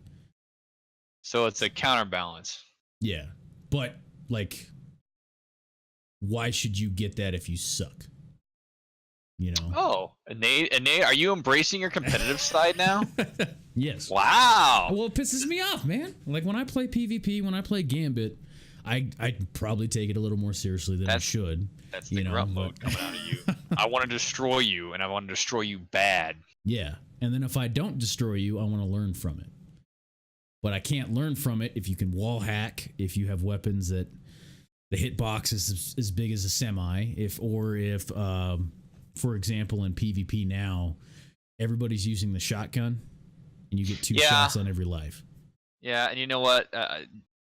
That works. That works in Crucible mode, and that works in certain Crucible modes, but Destiny 2 is still at lane control. It honestly is. The way the maps are structured have always been focused on lane control. So for control, yeah, those little shotgun pansies, whatever, run around like fucking blapping people. Yeah, I get it, but that's not going in the overall goal scheme of things. If someone's locking down lanes, you're not going to get a chance to maneuver anyway. Yeah, I mean, like most of the time when I'm bitching about it, we still win anyway, you know. But like, it's the stuff where, all right, so I run around a corner. All I have to do is click my mouse. That's all I have to do, and I killed you. You know, like versus like me versus 1-on-1, I'll drop you.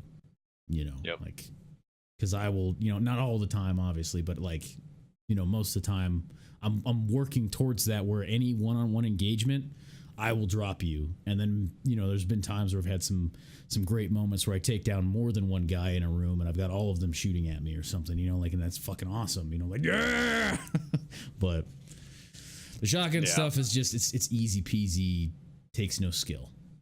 So. It's for people that want to feel good about doing. You know, I understand running, doing shit like that, but you just in the grand scheme of things, you're gonna get fucking annihilated by people with lane control weapons who actually stop and think about what they're doing.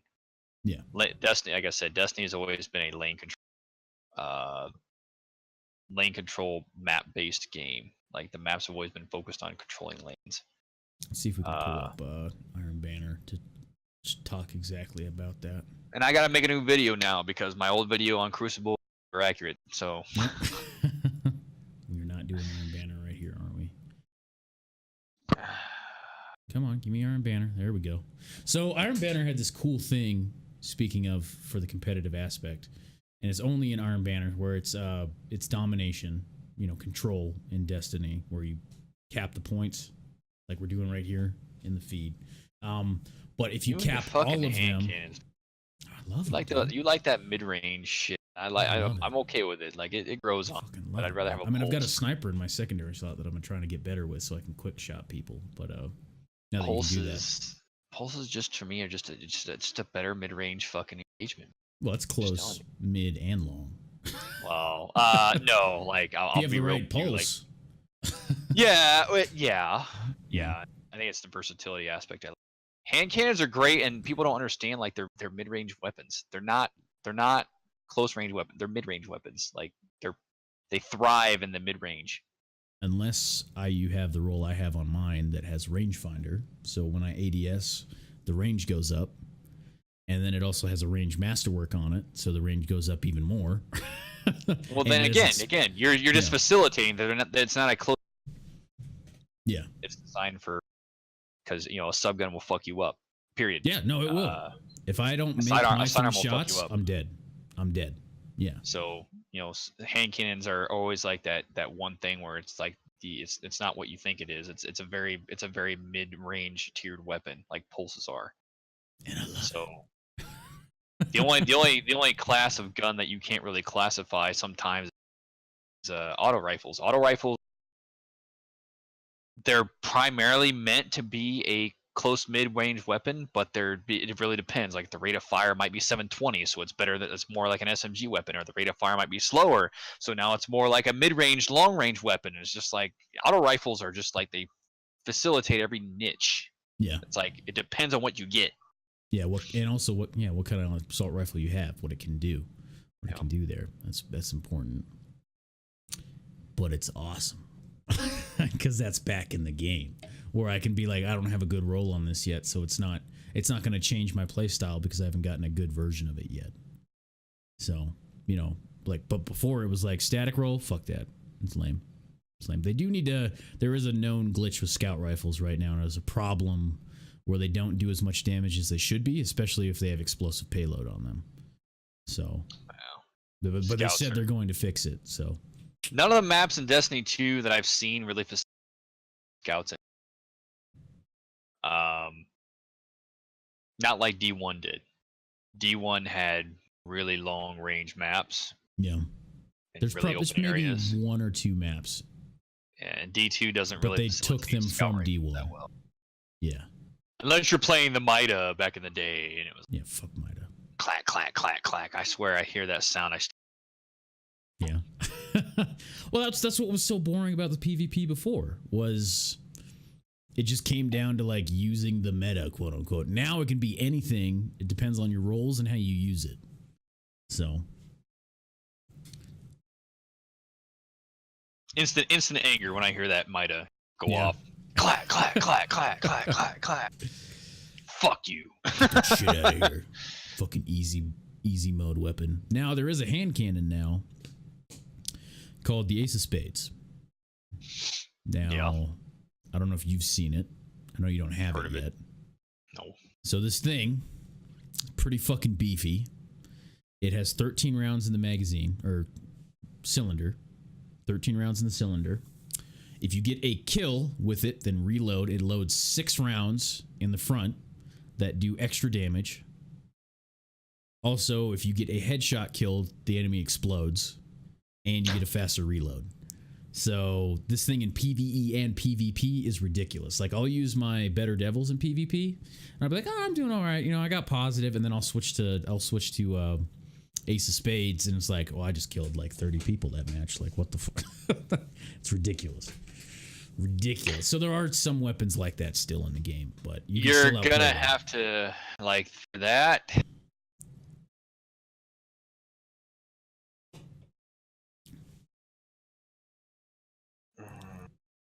Are we still talking about D1? He's talking about D2. Well, for example, I have a scout rifle with explosive payload on it, right? Paladin. Who are you disagreeing with? Yeah, I think he's disagreeing with me.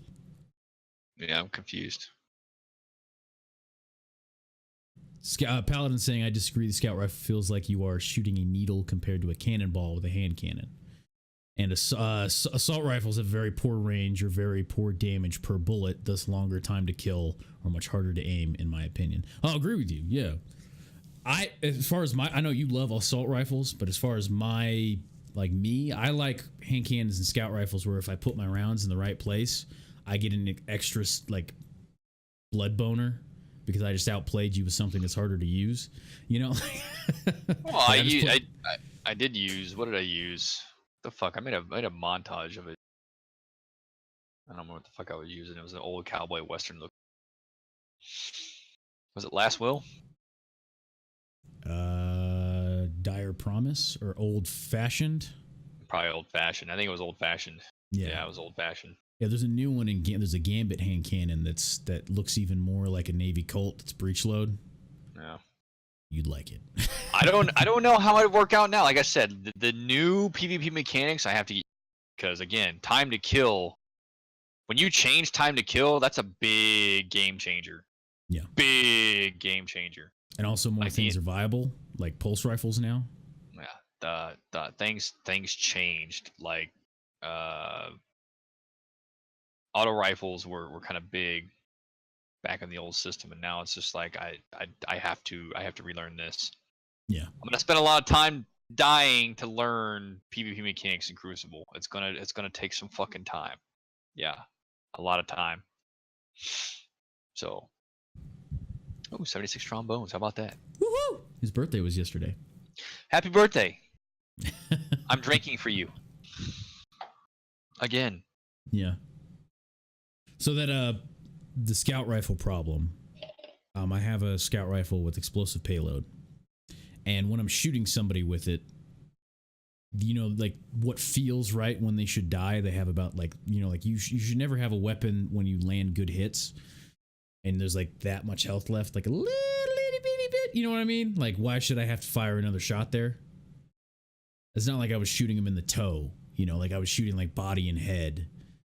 as my rhythm. He shouldn't have that. Like, it just didn't do enough damage, and I had to shoot him 4 times in the chest and head to get there. Like, that's ridiculous on a scout rifle with explosive payload. So they said they're going to work on that to fix it a little bit, to make it a little more viable. And I believe what Paladin's talking about is they did kind of nerf auto rifles, is what he's talking about in the new stuff. Did they? But, yeah, like they're not as amazing as they used to be, but that's because it's probably because auto rifles were the meta beforehand, and they want people to branch out.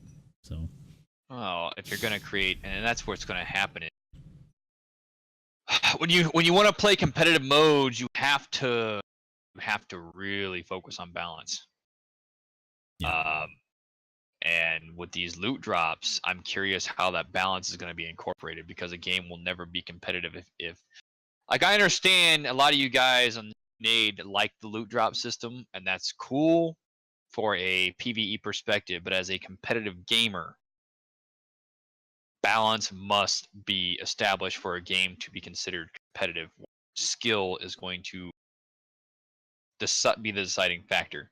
Yes. So if this is going to end up actually having a competitive role in the industry, your roles need to be somehow mitigated. Yeah.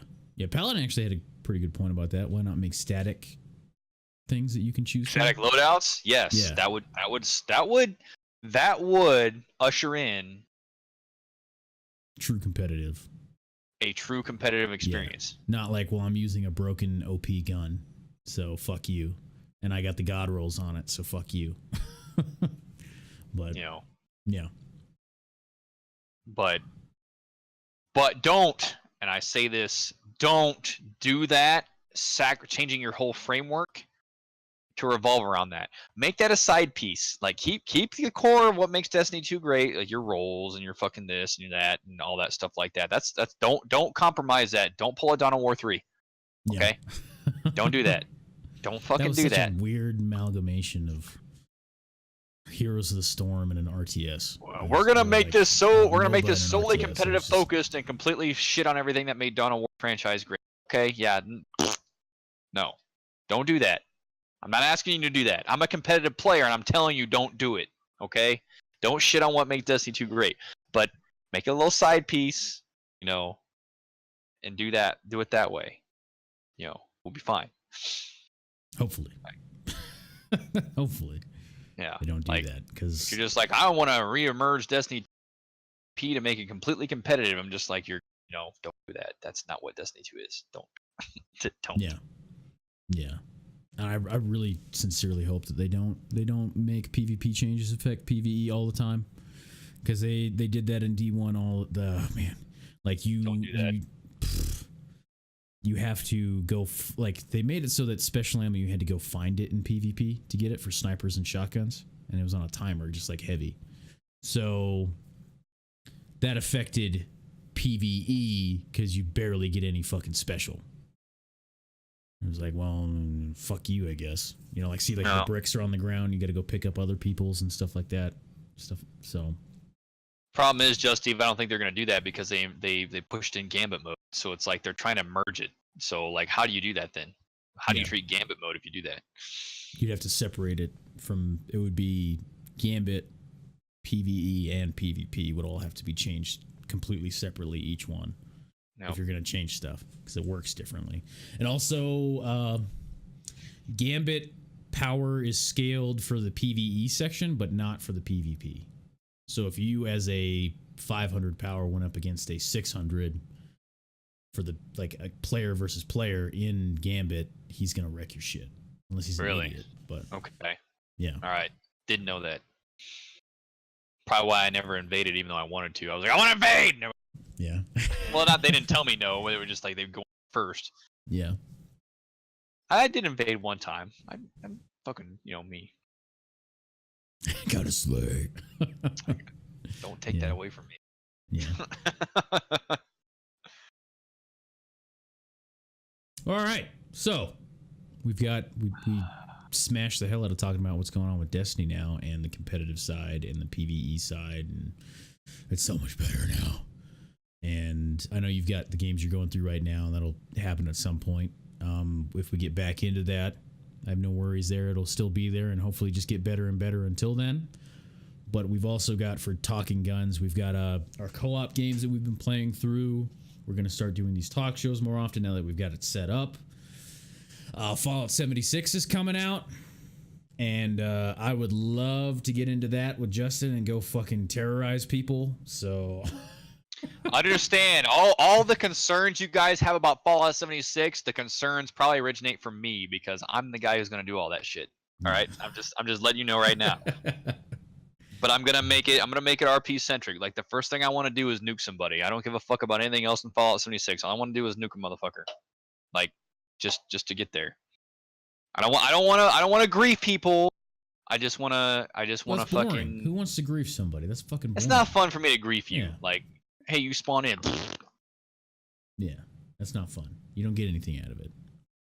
Although they Like, did say though that you don't actually get anything for killing anybody in Fallout 76. Yeah, I don't want to grief people. I want to, but understand that player interaction like that. Like I again remember I talk about being immersed. So I'm gonna create my little persona for Fallout 76. Play that persona. Persona might not be such a fucking nice guy because I myself am not a very nice guy. So, you know, I might want to put on persona of a bandit. In which case, you know, I'm not gonna do the taxman again, although that would be funny. Taxman scum. I don't know what persona. I'll probably play a bandit in Fallout 76 since that's the one thing they removed. Well, that's what's so awesome about it though is because Fallout 76 is a Fallout game where there are no other humans out there. There are no NPCs. And they were one of the first vaults to open. So, the bandit fucking raiders, that was made like that will be made by us. Right. We will create that. I'm going to do that. Like if Nade's on board with that, that's what we're going to do. So if you're in the goddamn server, some fucking bandits, man. I ain't going to tax you. I'm gonna play a bandit, which means it ain't a matter of you just dropping your tribute and I'm good to go. It's gonna be like I might want to fucking like enslave you or something. I don't know. We'll see what happens. You know, yeah, I might be hungry, so we'll see. We'll see. I got all kinds of ideas. So for those of you that don't know what's going on with Fallout 76, as Just Steve is asking here, so it's going to be a multiplayer Fallout game. Take it away. I got a piss. All right. So, excuse me. So with that. You spawn in. There's going to be a big map for you. So there's still it's a PvEVP kind of thing, but they're not really stressing the PvP part of it very much. That's not really as much of a thing. There's actually not really much that you get from that unless you create like what we were talking about, where you create RP interaction there, because there are no NPCs. Nobody is outside the wasteland yet. This is one of the first vaults that opened up, especially here. There's no other humans. So with that, you can go kill random, ghouls. You can kill monsters. You can kill all this other shit. You can go build your base. You can go. There will be quests from like vendor machine things and things you need to do, but they didn't really give out too much because I think what they want to do is they want to make it, and then they'll make it the way that the community wants it to be after that. See, like he just completed a challenge and just got XP and stuff like that in this footage here. So like I also don't see why they would bother spending all that money on development if you're not even going to use that. We're not even going to play that shit or use that shit, or it's broken. We don't even give a fuck about it. You know what I mean? So it seems like he's got skills here that are cards that he's leveling up here. Scrounger, Happy Camper, stuff like that. So it's kind of like a survival game. But they're working on a way to match you with players. Like you won't run into other players often with the system they made. Like I think it's like 12 or 16 people total on a server. If you go to play a random server. It? Yeah. I thought they were going to do more than that. No, I thought that was the initial phase. Yeah, they don't want it to be too crazy. I mean, they might change that in the future. No, with private servers and stuff like that. Yeah. Well, he did say in the documentary of it that NoClip did. Todd Howard was saying like, well, we kind of want it to like come out and people be like, that's fucking crazy. What? Rah! Well, like, how yeah, can you do that? Rah! That's what, like, if there's no NPC interaction, like the point of like the great thing about survival games is like you make it what you want it to be, right? Yeah. Kind of like SCUM. Yeah. So give player settlements, give all that fucking like that. Make your neighbors. People make their own little tribes and shit. People alliances. People establish governments. That's like awesome. Eve. Like Eve Online, what that became. Oh, I ain't even fucking talking. I mean, about I don't think Fallout 76 could ever become what Eve is, but still. I'm all about player choice, man. I love choices, like player choice, player-driven economy, player this, player that. Like that's just fucking cool. That's fucking awesome. So just give me a sandbox, and I'll go to town. Yeah. You know what I mean? Yeah, like Star Citizen. Yeah. Fucking yeah. That'd be great. Fucking stupid ass fucking. If it got there, crash. if it was stable. If it was stable, we can do whatever we want with it, but it's not. Like how many times did we try to do something and it was like Oh, I got so sucked into it. I was just like, "You're gonna do a landing." Co-pilot, and I was like, boom. System Nate, crash level error. out the back end. Level out the back end, Nate. All right. Okay. God, okay. man. You want to talk about like giving me a raging boner and then like fucking giving me blue balls at the same time and taking it away? What a fucking buzzkill. Jesus. Get your game stable. You have like how many millions of dollars? I spent $20 on SCUM. That bitch is more stable than like fuck you. I'm a little upset by it, all right? Yeah. I tried to install it on my HDD and it was still running at like 20 frames a second with all the hardware I got. I was pissed. I don't even know if I remember where it is. Long videos? That's a thing now? That's a thing? Separated these with long videos. What's a long video? All my episodes, apparently. Okay. Trying to find ADD generation. I guess. I had it. I took Ritalin for it, but Don't want to sit here long enough. Can't do that. Whatever. Just go back you to know, the there's other longevity. Longevity is good, guys. Spend time for longevity. You know, it's good for career moves. It's good for sex. Nobody wants a fucking 5-pump chump. So, fix your ADD. This is what Justin wants to do. So you have to. It's really hard to do alone. You need a group to do it. You can go find nuclear launch codes. You have to get the whole code so you can launch one. It's supposed to be a really hard thing to do, and you probably don't want to actually use it on people because what it does is when you nuke something, it actually turns that area into an end game area, like hard shit. Like see, it's level. It turns all the enemies in that area into like end game stuff that drop better loot, and it's all like super irradiated and all that. So really, you don't want to nuke people. You want to nuke specific things that like if you found a nest of death claws. But bet it would be really fun to have a video on YouTube of Justin, me, and maybe a couple other people sitting there in front of some random player, you know, that's just been farming, I don't know, food or something in the game, and he's got his little farm, and we walk up and we're like, so we got a dude at the nuclear launch base right now. If you don't give me, I want to say 30% of your crop yields, we're gonna fucking nuke you. You know, like Give me all of yeah. Or we'll just fucking nuke you, and then nobody gets any of it. You know, just let us take it, or we nuke you. like, oh fuck, man, what the hell? I was playing Fallout 76, man, and these guys came up and just like they said they're gonna nuke me if I didn't. I want you to make a forum post about all the bad shit we do. Explain to the devs about me, please. Great. That'd be fucking great. Oh, you would be even better if we could tame one of these beasts that's on the screen and be like, I'll unleash. I want to send it to go wreck some motherfuckers. Yeah. I'll unleash it on you if you don't, you know, you don't give me what I want. You know, this is the things that keeps me from doing bad things in real life. I express it here where it's okay. Yes, shadow integration. And it's fine. And we're okay to go. It's good. This is showing the PvP, which they've said that when you kill somebody, you don't lose anything, they don't gain anything, but they get marked on the map when they kill somebody. Yeah, it's a bounty. Doesn't really fucking matter. It's whatever, but you know. But see that creates player driven motivations as well, because I might play a bounty hunter. I might not play a band. I might play a bounty hunter that literally hunts down high value targets, Yeah. right? Especially if That might be what if I they do. work in a cool matchmaking mode where like that's what you want to do. You want to be a bounty hunter, so it will load in going to hunt somebody into your instance, like to Right. go find them, and that could be like any number of people that went and killed another player, you know, and then it loads into your instance. You're like, I'm gonna go fucking hunt this dude.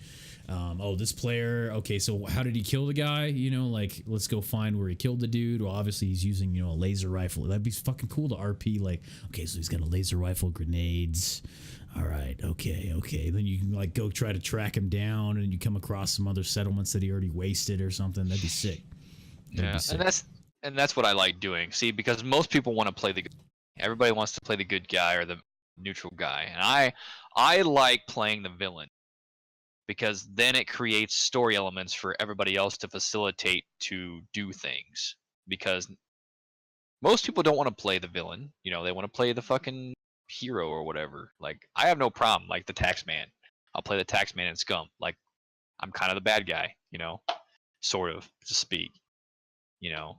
So in Fallout 76, I'll play the bad guy in that because it creates story elements for. With a reason, though. A bad Yeah. guy with a reason, not just again, not griefing bullshit. He wants to do. It's not fun. Yeah, I don't get off on shooting you in the face, like I was saying before. And stuff. Killing on sight does nothing for me. Yeah. You know, it's not a competitive shooter. It's an immersive survival franchise. Like, I don't get off on griefing people. Like, that provides me nothing. Like, there's no challenge in that. Yeah. Like, oh, you killed a Especially newbie use player. exploits, Like, right? Most griefers are gonna Okay. use exploits to do it too. You know, it's like that's not fun. That's not fucking fun. That's not. I don't want to spend my time doing that, man. Now I don't have qualms with you know, if you're being a dick and I shoot you in the face or something. yeah, you know, shoot you in that's, the face, you know. that's fine with me. You know, wow. I'm excited to see how it's gonna play out with Fallout 76. How that all works. I have high hopes for what it will become, and I hope that it becomes a game that I play like all the time, kind of thing. You know, like I like, oh man, I want to get back.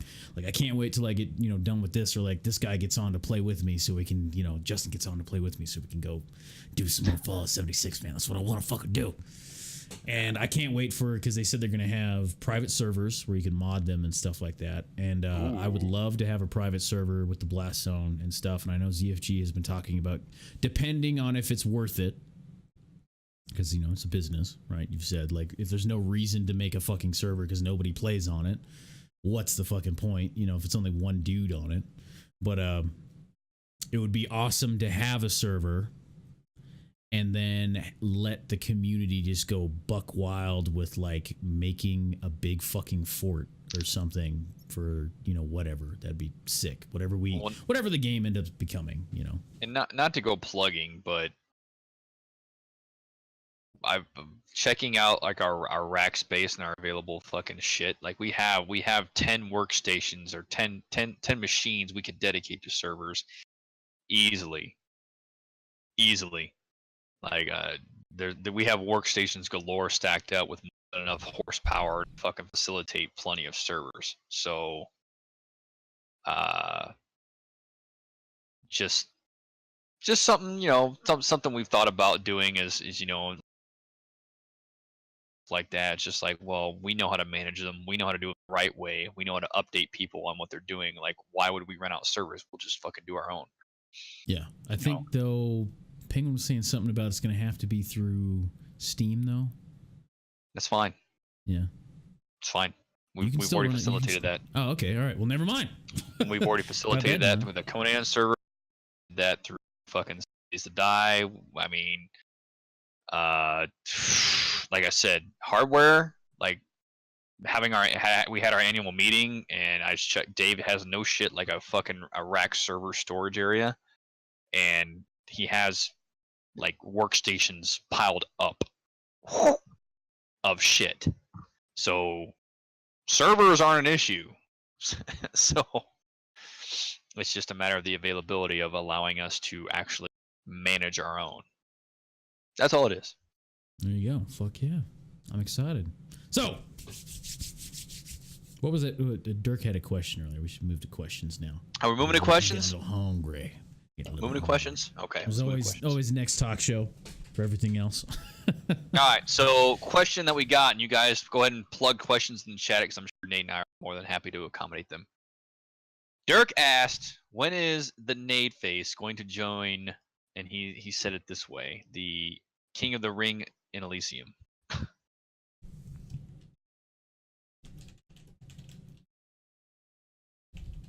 Did it just cut out? What's going on? That I did not go through? No, I just got a buffer. Oh. Okay. I say again. Basically, let me dumb it down. Dirk asked when you were going to join me in Ring of King of the Ring in Elysium. He wanted to know when you're going to join me on ROE. This coming week? It's free, right? Yeah, it's free to play. We could do it this coming week. It's not a problem. It's not a problem, man. We can do it whenever, actually. No, okay. Whenever we want. You know, I'll That just was the download question. it and get ready. So. That was the question. So, okay, so with that, since we talked about this earlier, it might just be like we'll just do Talking Guns as the show, but we just play stuff together whenever. That might be a little bit easier, especially with what's like my new life and figuring out life, and then you've been rather motivated with other with different avenues lately. So it's been like, you know, you've had like earlier streams, later streams. Well, you've been fucking motivated. That's what I'm saying. Like, Justin's been fucking, because you did a stream this morning, right? Yeah. Yeah. So like, for example, that may not work with my time schedule for like streaming Talking Guns, but so we can still do that, but it might just be easier. You know, well, obviously we'll talk about this offline and figure all that out. So, you know, just be like, oh, you're playing Rings of Elysium? Well, I'm going to come fucking play with you. Oh, you're playing Destiny? Yeah. No, I'm going to come fucking play with you. Kind of like pickup stuff. Like, and I think that works better for us because I feel like I don't like being on a time schedule shit. Like, you already get a lot though. So I'm a busy motherfucker. All right. Yeah, you get a lot of shit. So I don't like. I think this is what TG would fucking be in the first place. Yeah. So yeah, it's just well, kind the of initial idea. Yeah. done. Yeah. So Dirkzilla, are there plans for Arma to come back eventually?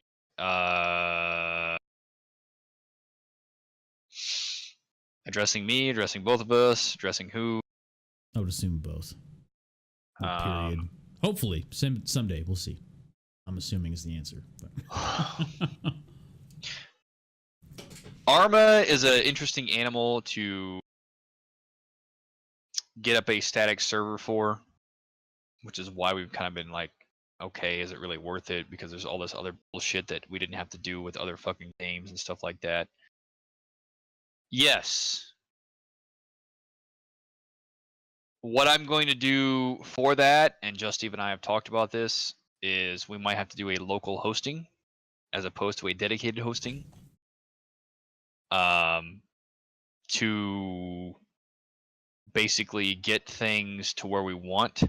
It's not going to be a massive campaign because that would obviously I would want a dedicated server for that. But what we can do is scratch that itch, get those military operational fix that we're looking for. For example, this legit operation you guys are doing right now.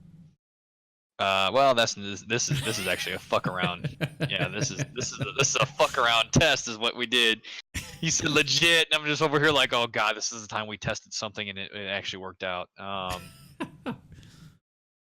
I'm over here laughing. Arma is gonna always hold a special place, and I'm always gonna go back to work.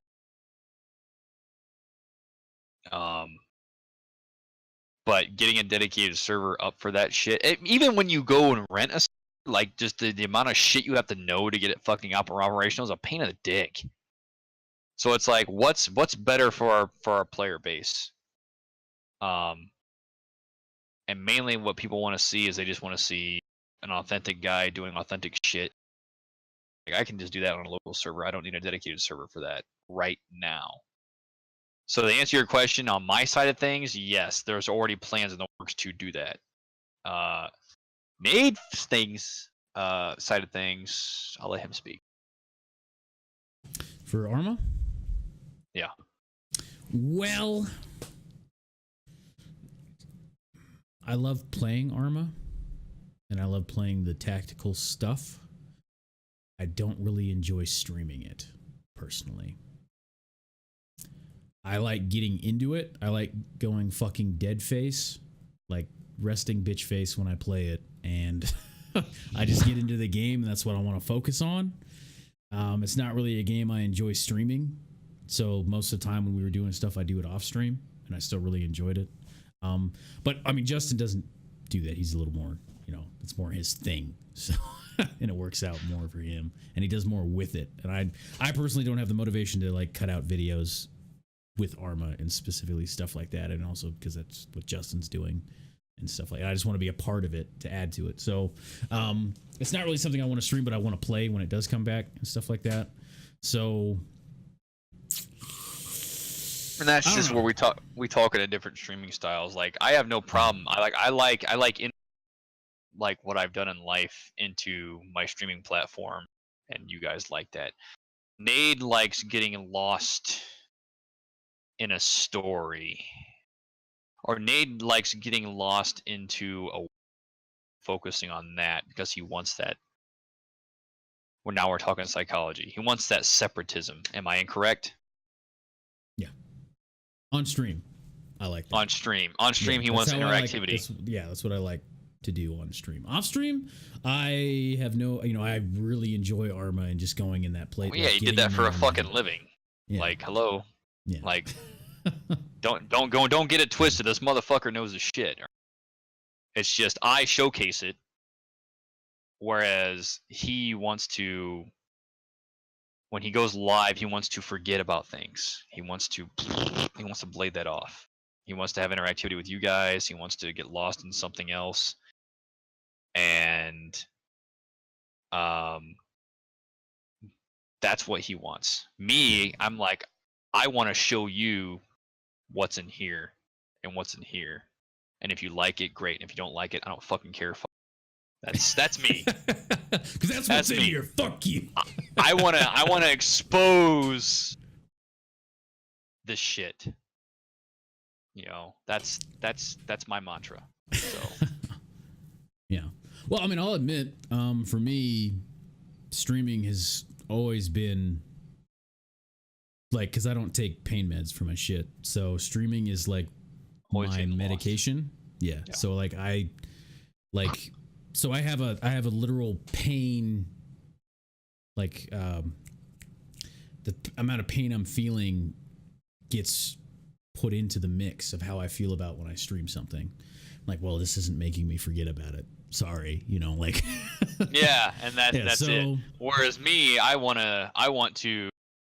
have the pain of not doing what I used to do, and I loved it, and I don't have that. So if something gets me in there, I'm just like, now I'm getting tuned on, like like the switch is flipped. Like, all right, now I'm in my element,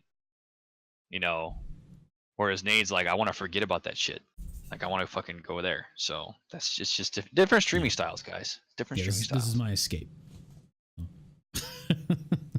Whereas if I'm in pain, I'm just like, I'm not streaming today. Well, why not? Because I'm fucking in pain.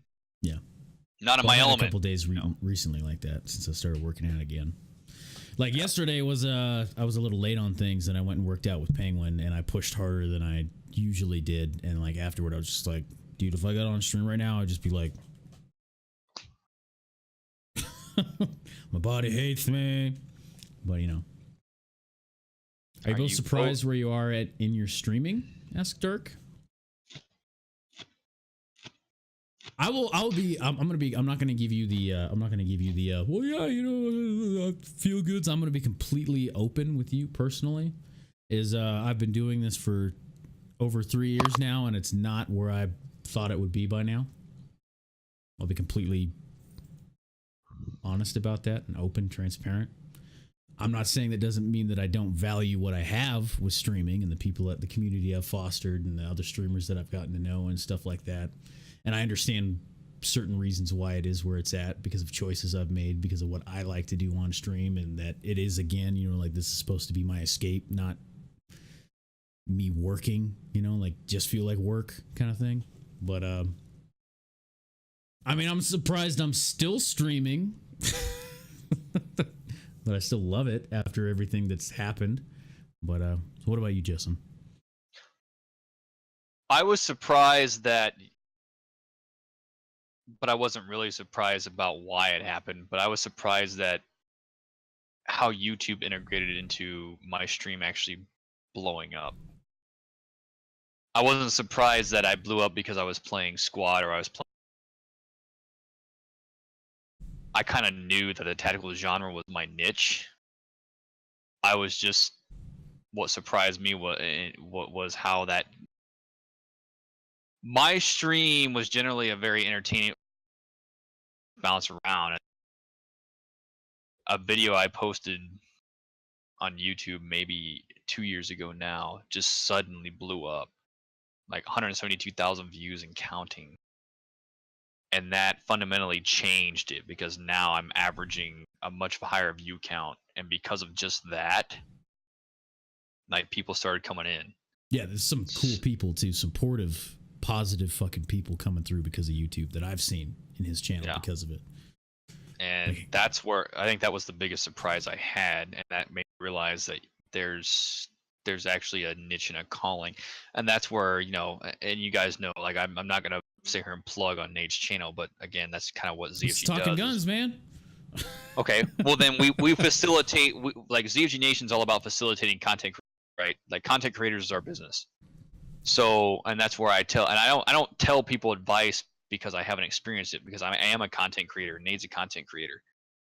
So where I tell people is you need to find, like, once you find what your niche is, and it might not even be a niche that you even thought of. Once you find where your niche is, that's a market you need to tap into.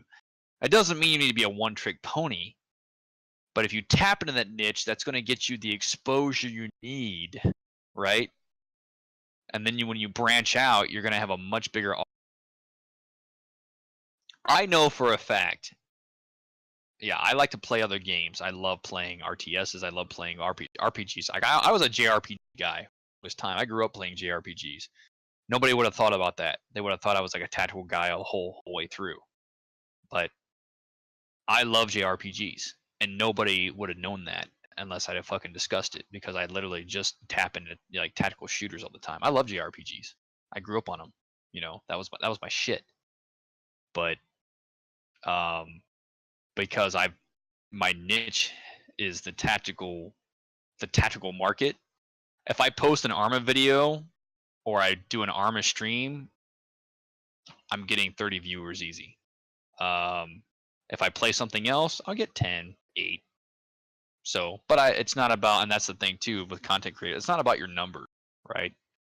It's about the people that are there and connecting with those people and connecting with other people.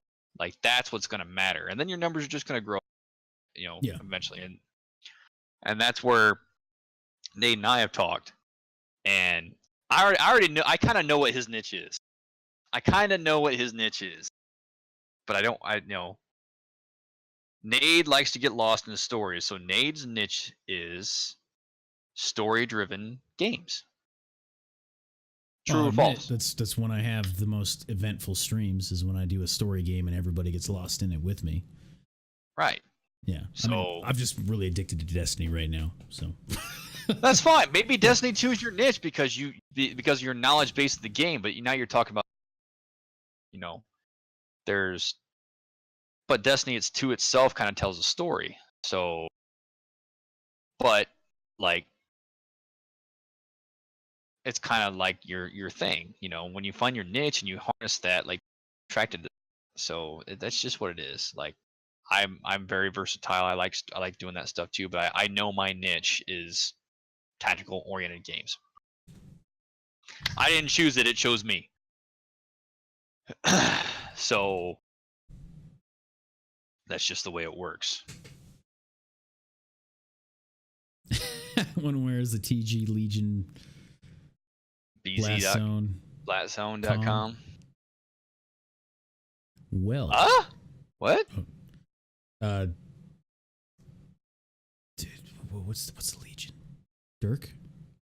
I think he's talking about me. ZFG Legion Nation? No, JRE 7 Legionnaires. Oh, okay. Legion, TG. Dude, I mean, PAX. I remember when we talked about last year, like, we're going to start going to more shit, and hopefully Talking Guns will get us there. When we start getting into talk shows and stuff, like, so we can actually go to fucking PAX, we can go to fucking TwitchCon, we can go to all this shit. I would love that. Yeah. I would love that. I would fucking love that. If this paid, like, eventually for, like, going to those things so we could see you guys, like, go to every, I mean, that's a crazy dream. It'd be awesome if I could go to, like, every PAX to meet all you guys. Like, I love you that. don't even have to be in the event. I'll meet you outside of it, Best compliment I ever got was, please quit your day job so you can make more shit. I love that. That to me is like, he's like, quit your day job so you can make more videos and do more streams. I was like, it's like, quit your day job. I was like, fuck. I wish I could, man. Looks at that, looks at the Twitch income. Like, I don't know. Yeah, but that's not the reason I do this. Fuck. Yeah. But yeah. Yes. So. Oh man, a convention though, like that would be sick. I would love a fucking convention. Of us? Wait, hey motherfucker, you moved. I did. Yeah, we were talking about how you're only like 7 hours. I am. You know I have video ideas, right?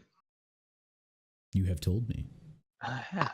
Yeah, video ideas. It's like, when we gonna fucking do that shit? Soon? Let me put soon on the fucking calendar. Well, now we can do TG in the same room. Yeah. When we do, you come over and we could just sit on my fucking couch with my I've Nerf got- guns I've on got- the wall behind it. No big deal. Got more plans than just doing TG together. Like I talked to you about video ideas, fucking Memorial Day and all kinds of shit. Like I wanted to go in depth, like goddamn fucking Steven Spielberg with this shit. But We got the ball Excuse rolling, me. man. I think I will say both of us are in much better places. Yeah. Yes. Definitely. What a year! Definitely. What a Yep. fucking year! I'll say For it both again. of I us. remember the start of 2018. I was like, this is going to be the fucking year. And then life was like, fuck you, fuck you, fuck you. You know what? And thank God for that, because Yeah. like this, Things have changed. I have accomplished like a lot. I accomplished a lot of shit, and so did you. Yeah. I mean, fuck. I moved to Colorado. I didn't Moved to even think it would Oklahoma. be possible with the money I fucking saved, because I was being a, because I saved fucking money, and I didn't even get my house money yet, and I still made it here and was able to pay for everything. U-Haul, rent, fucking down, like payments on shit. Like, I didn't even get that money yet, and because I saved so much. That still blows my mind that, like, that's what I was capable of on my own. That's crazy. I've never lived like that ever, because it's always been, I mean, when I was in the Army, I was a fucking idiot with my money. And then, being married You spent and stuff like $700 in that. a strip club too? Yep. Yeah, that was my bonus. I spent all of it at a strip club. Did you at least get laid? I have problems with most Good women at conversation. first. Come on, Nate. No. It's not. No. Even back then, it was. I have a problem with my first time with a woman. It takes me a while, Oh, so I didn't have enough money to keep going long enough to get my nut off. So you gotta understand, with strip club women, you have to get all they care about is getting the money, and then they'll go. no, I wouldn't agree know with this. you. I wouldn't know this at all from experience, but Yeah, no, I agree with you. That wasn't the problem. My first time with any woman is going to take me like 3 hours, just because it takes a while my first time. So, think we're- ladies out there, I'm telling you now, I will be very tired and slightly annoyed with my own penis, but we will go for hours. Just fucking come already. What a great way to end the yeah. that's Oh. okay. Fuck it. I'm Is there gonna any pour reason some to more pay full Elijah Craig, price? bro. Yeah. there any reason to pay full price because there's so many cheap bundles and stuff? Depends on the game, I would say. If it's worth it. Like, I don't know. I have so many fucking games that I need to play, and we were talking about this before we started the stream. I have so many fucking games to play, and Justin was saying, like, I don't want to just play all these games. I want good fucking games. That's I what want I a handful. That's all I want. I want games I get lost in again like I used to. And Y'all, like, do you all remember the last time you got lost in a game since you were a teenager? Yeah. Can you name one game? Or can you name 5 games that you got lost in since you became Witcher an adult? 3, Mass Effect, Fallout, Destiny. And you would play them over and over and over and over and over again?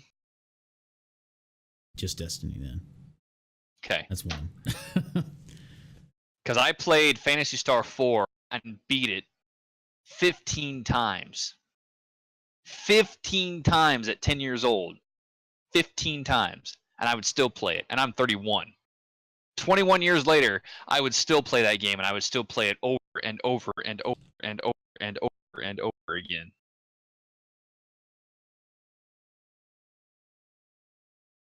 Like, Jesus. Well, I have a problem with replaying anything over and over again. Even movies. I had no I problem can't doing watch the same movie within 10 years. I can't. I don't know. I just can't. That's what I mean by that one thing that you don't mind just It's playing just so fucking good that I don't care. and over. Destiny would be over one of again. those, even though it's had its moments of being really shitty. It's one of the very, very few games that I can play over and over and over and over and over. Yeah. That's where the longevity is. It's like I get enjoyment from this, and I just want to. Yeah. When's the last time you Over. only watched one porn video to get off? Only. You only needed that one, and you lasted you like a month. That same one. Anything with Stacey Starr. Maybe back in the day it was Eve Lawrence. Yeah. Oh, was that that wasn't a serious question? Chrissy Mack has been a thing for me. Remy LaCroix as well. They're my staples. Everybody talks about the Mia Khalifa thing. I'm just like, I don't really. It's nothing. It's nothing because like I don't mind her. It's just not my thing. I don't like him too big. if I want something different, maybe.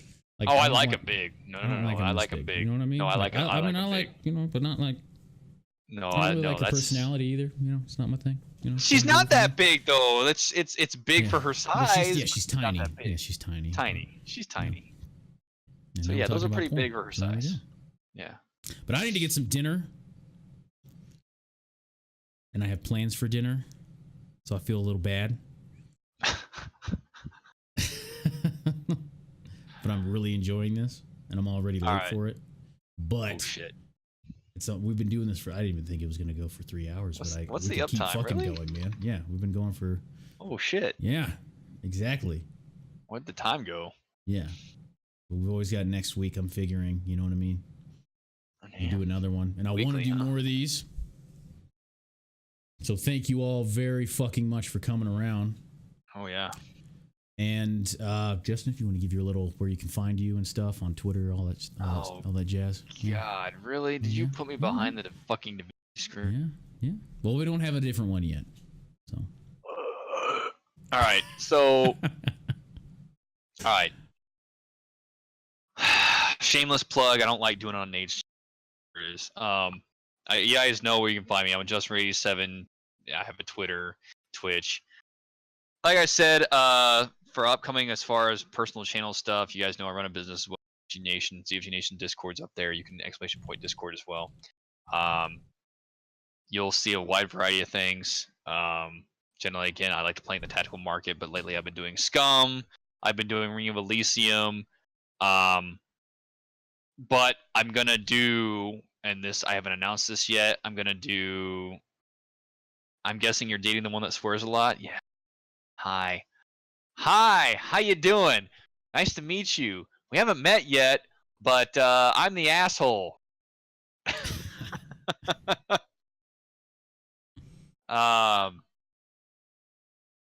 Doing a lot of Ring of Elysium. I haven't announced this yet. I'm gonna do Fallout 4 play through again because I don't have time to fucking do all the other stuff. But yeah, that's pretty much it. That's bottom line. I don't ever feel comfortable self-promoting on Nate's channel. I feel like I'm It's like talking guns, man. How many years have we known each other? Get off the PC. Almost. Get off the almost half PC, a Piper. decade. Get off. God damn! Now she's attacking my feet. I don't need cat hair all up in my computer. Yeah. So I'm the Nate Face. Nate Face on everything. The Nate Face. I can spell it phonetically, but I'm not going to do that. Tango, Hotel, Echo, November, Alpha, Delta, Echo, Charlie. Boom.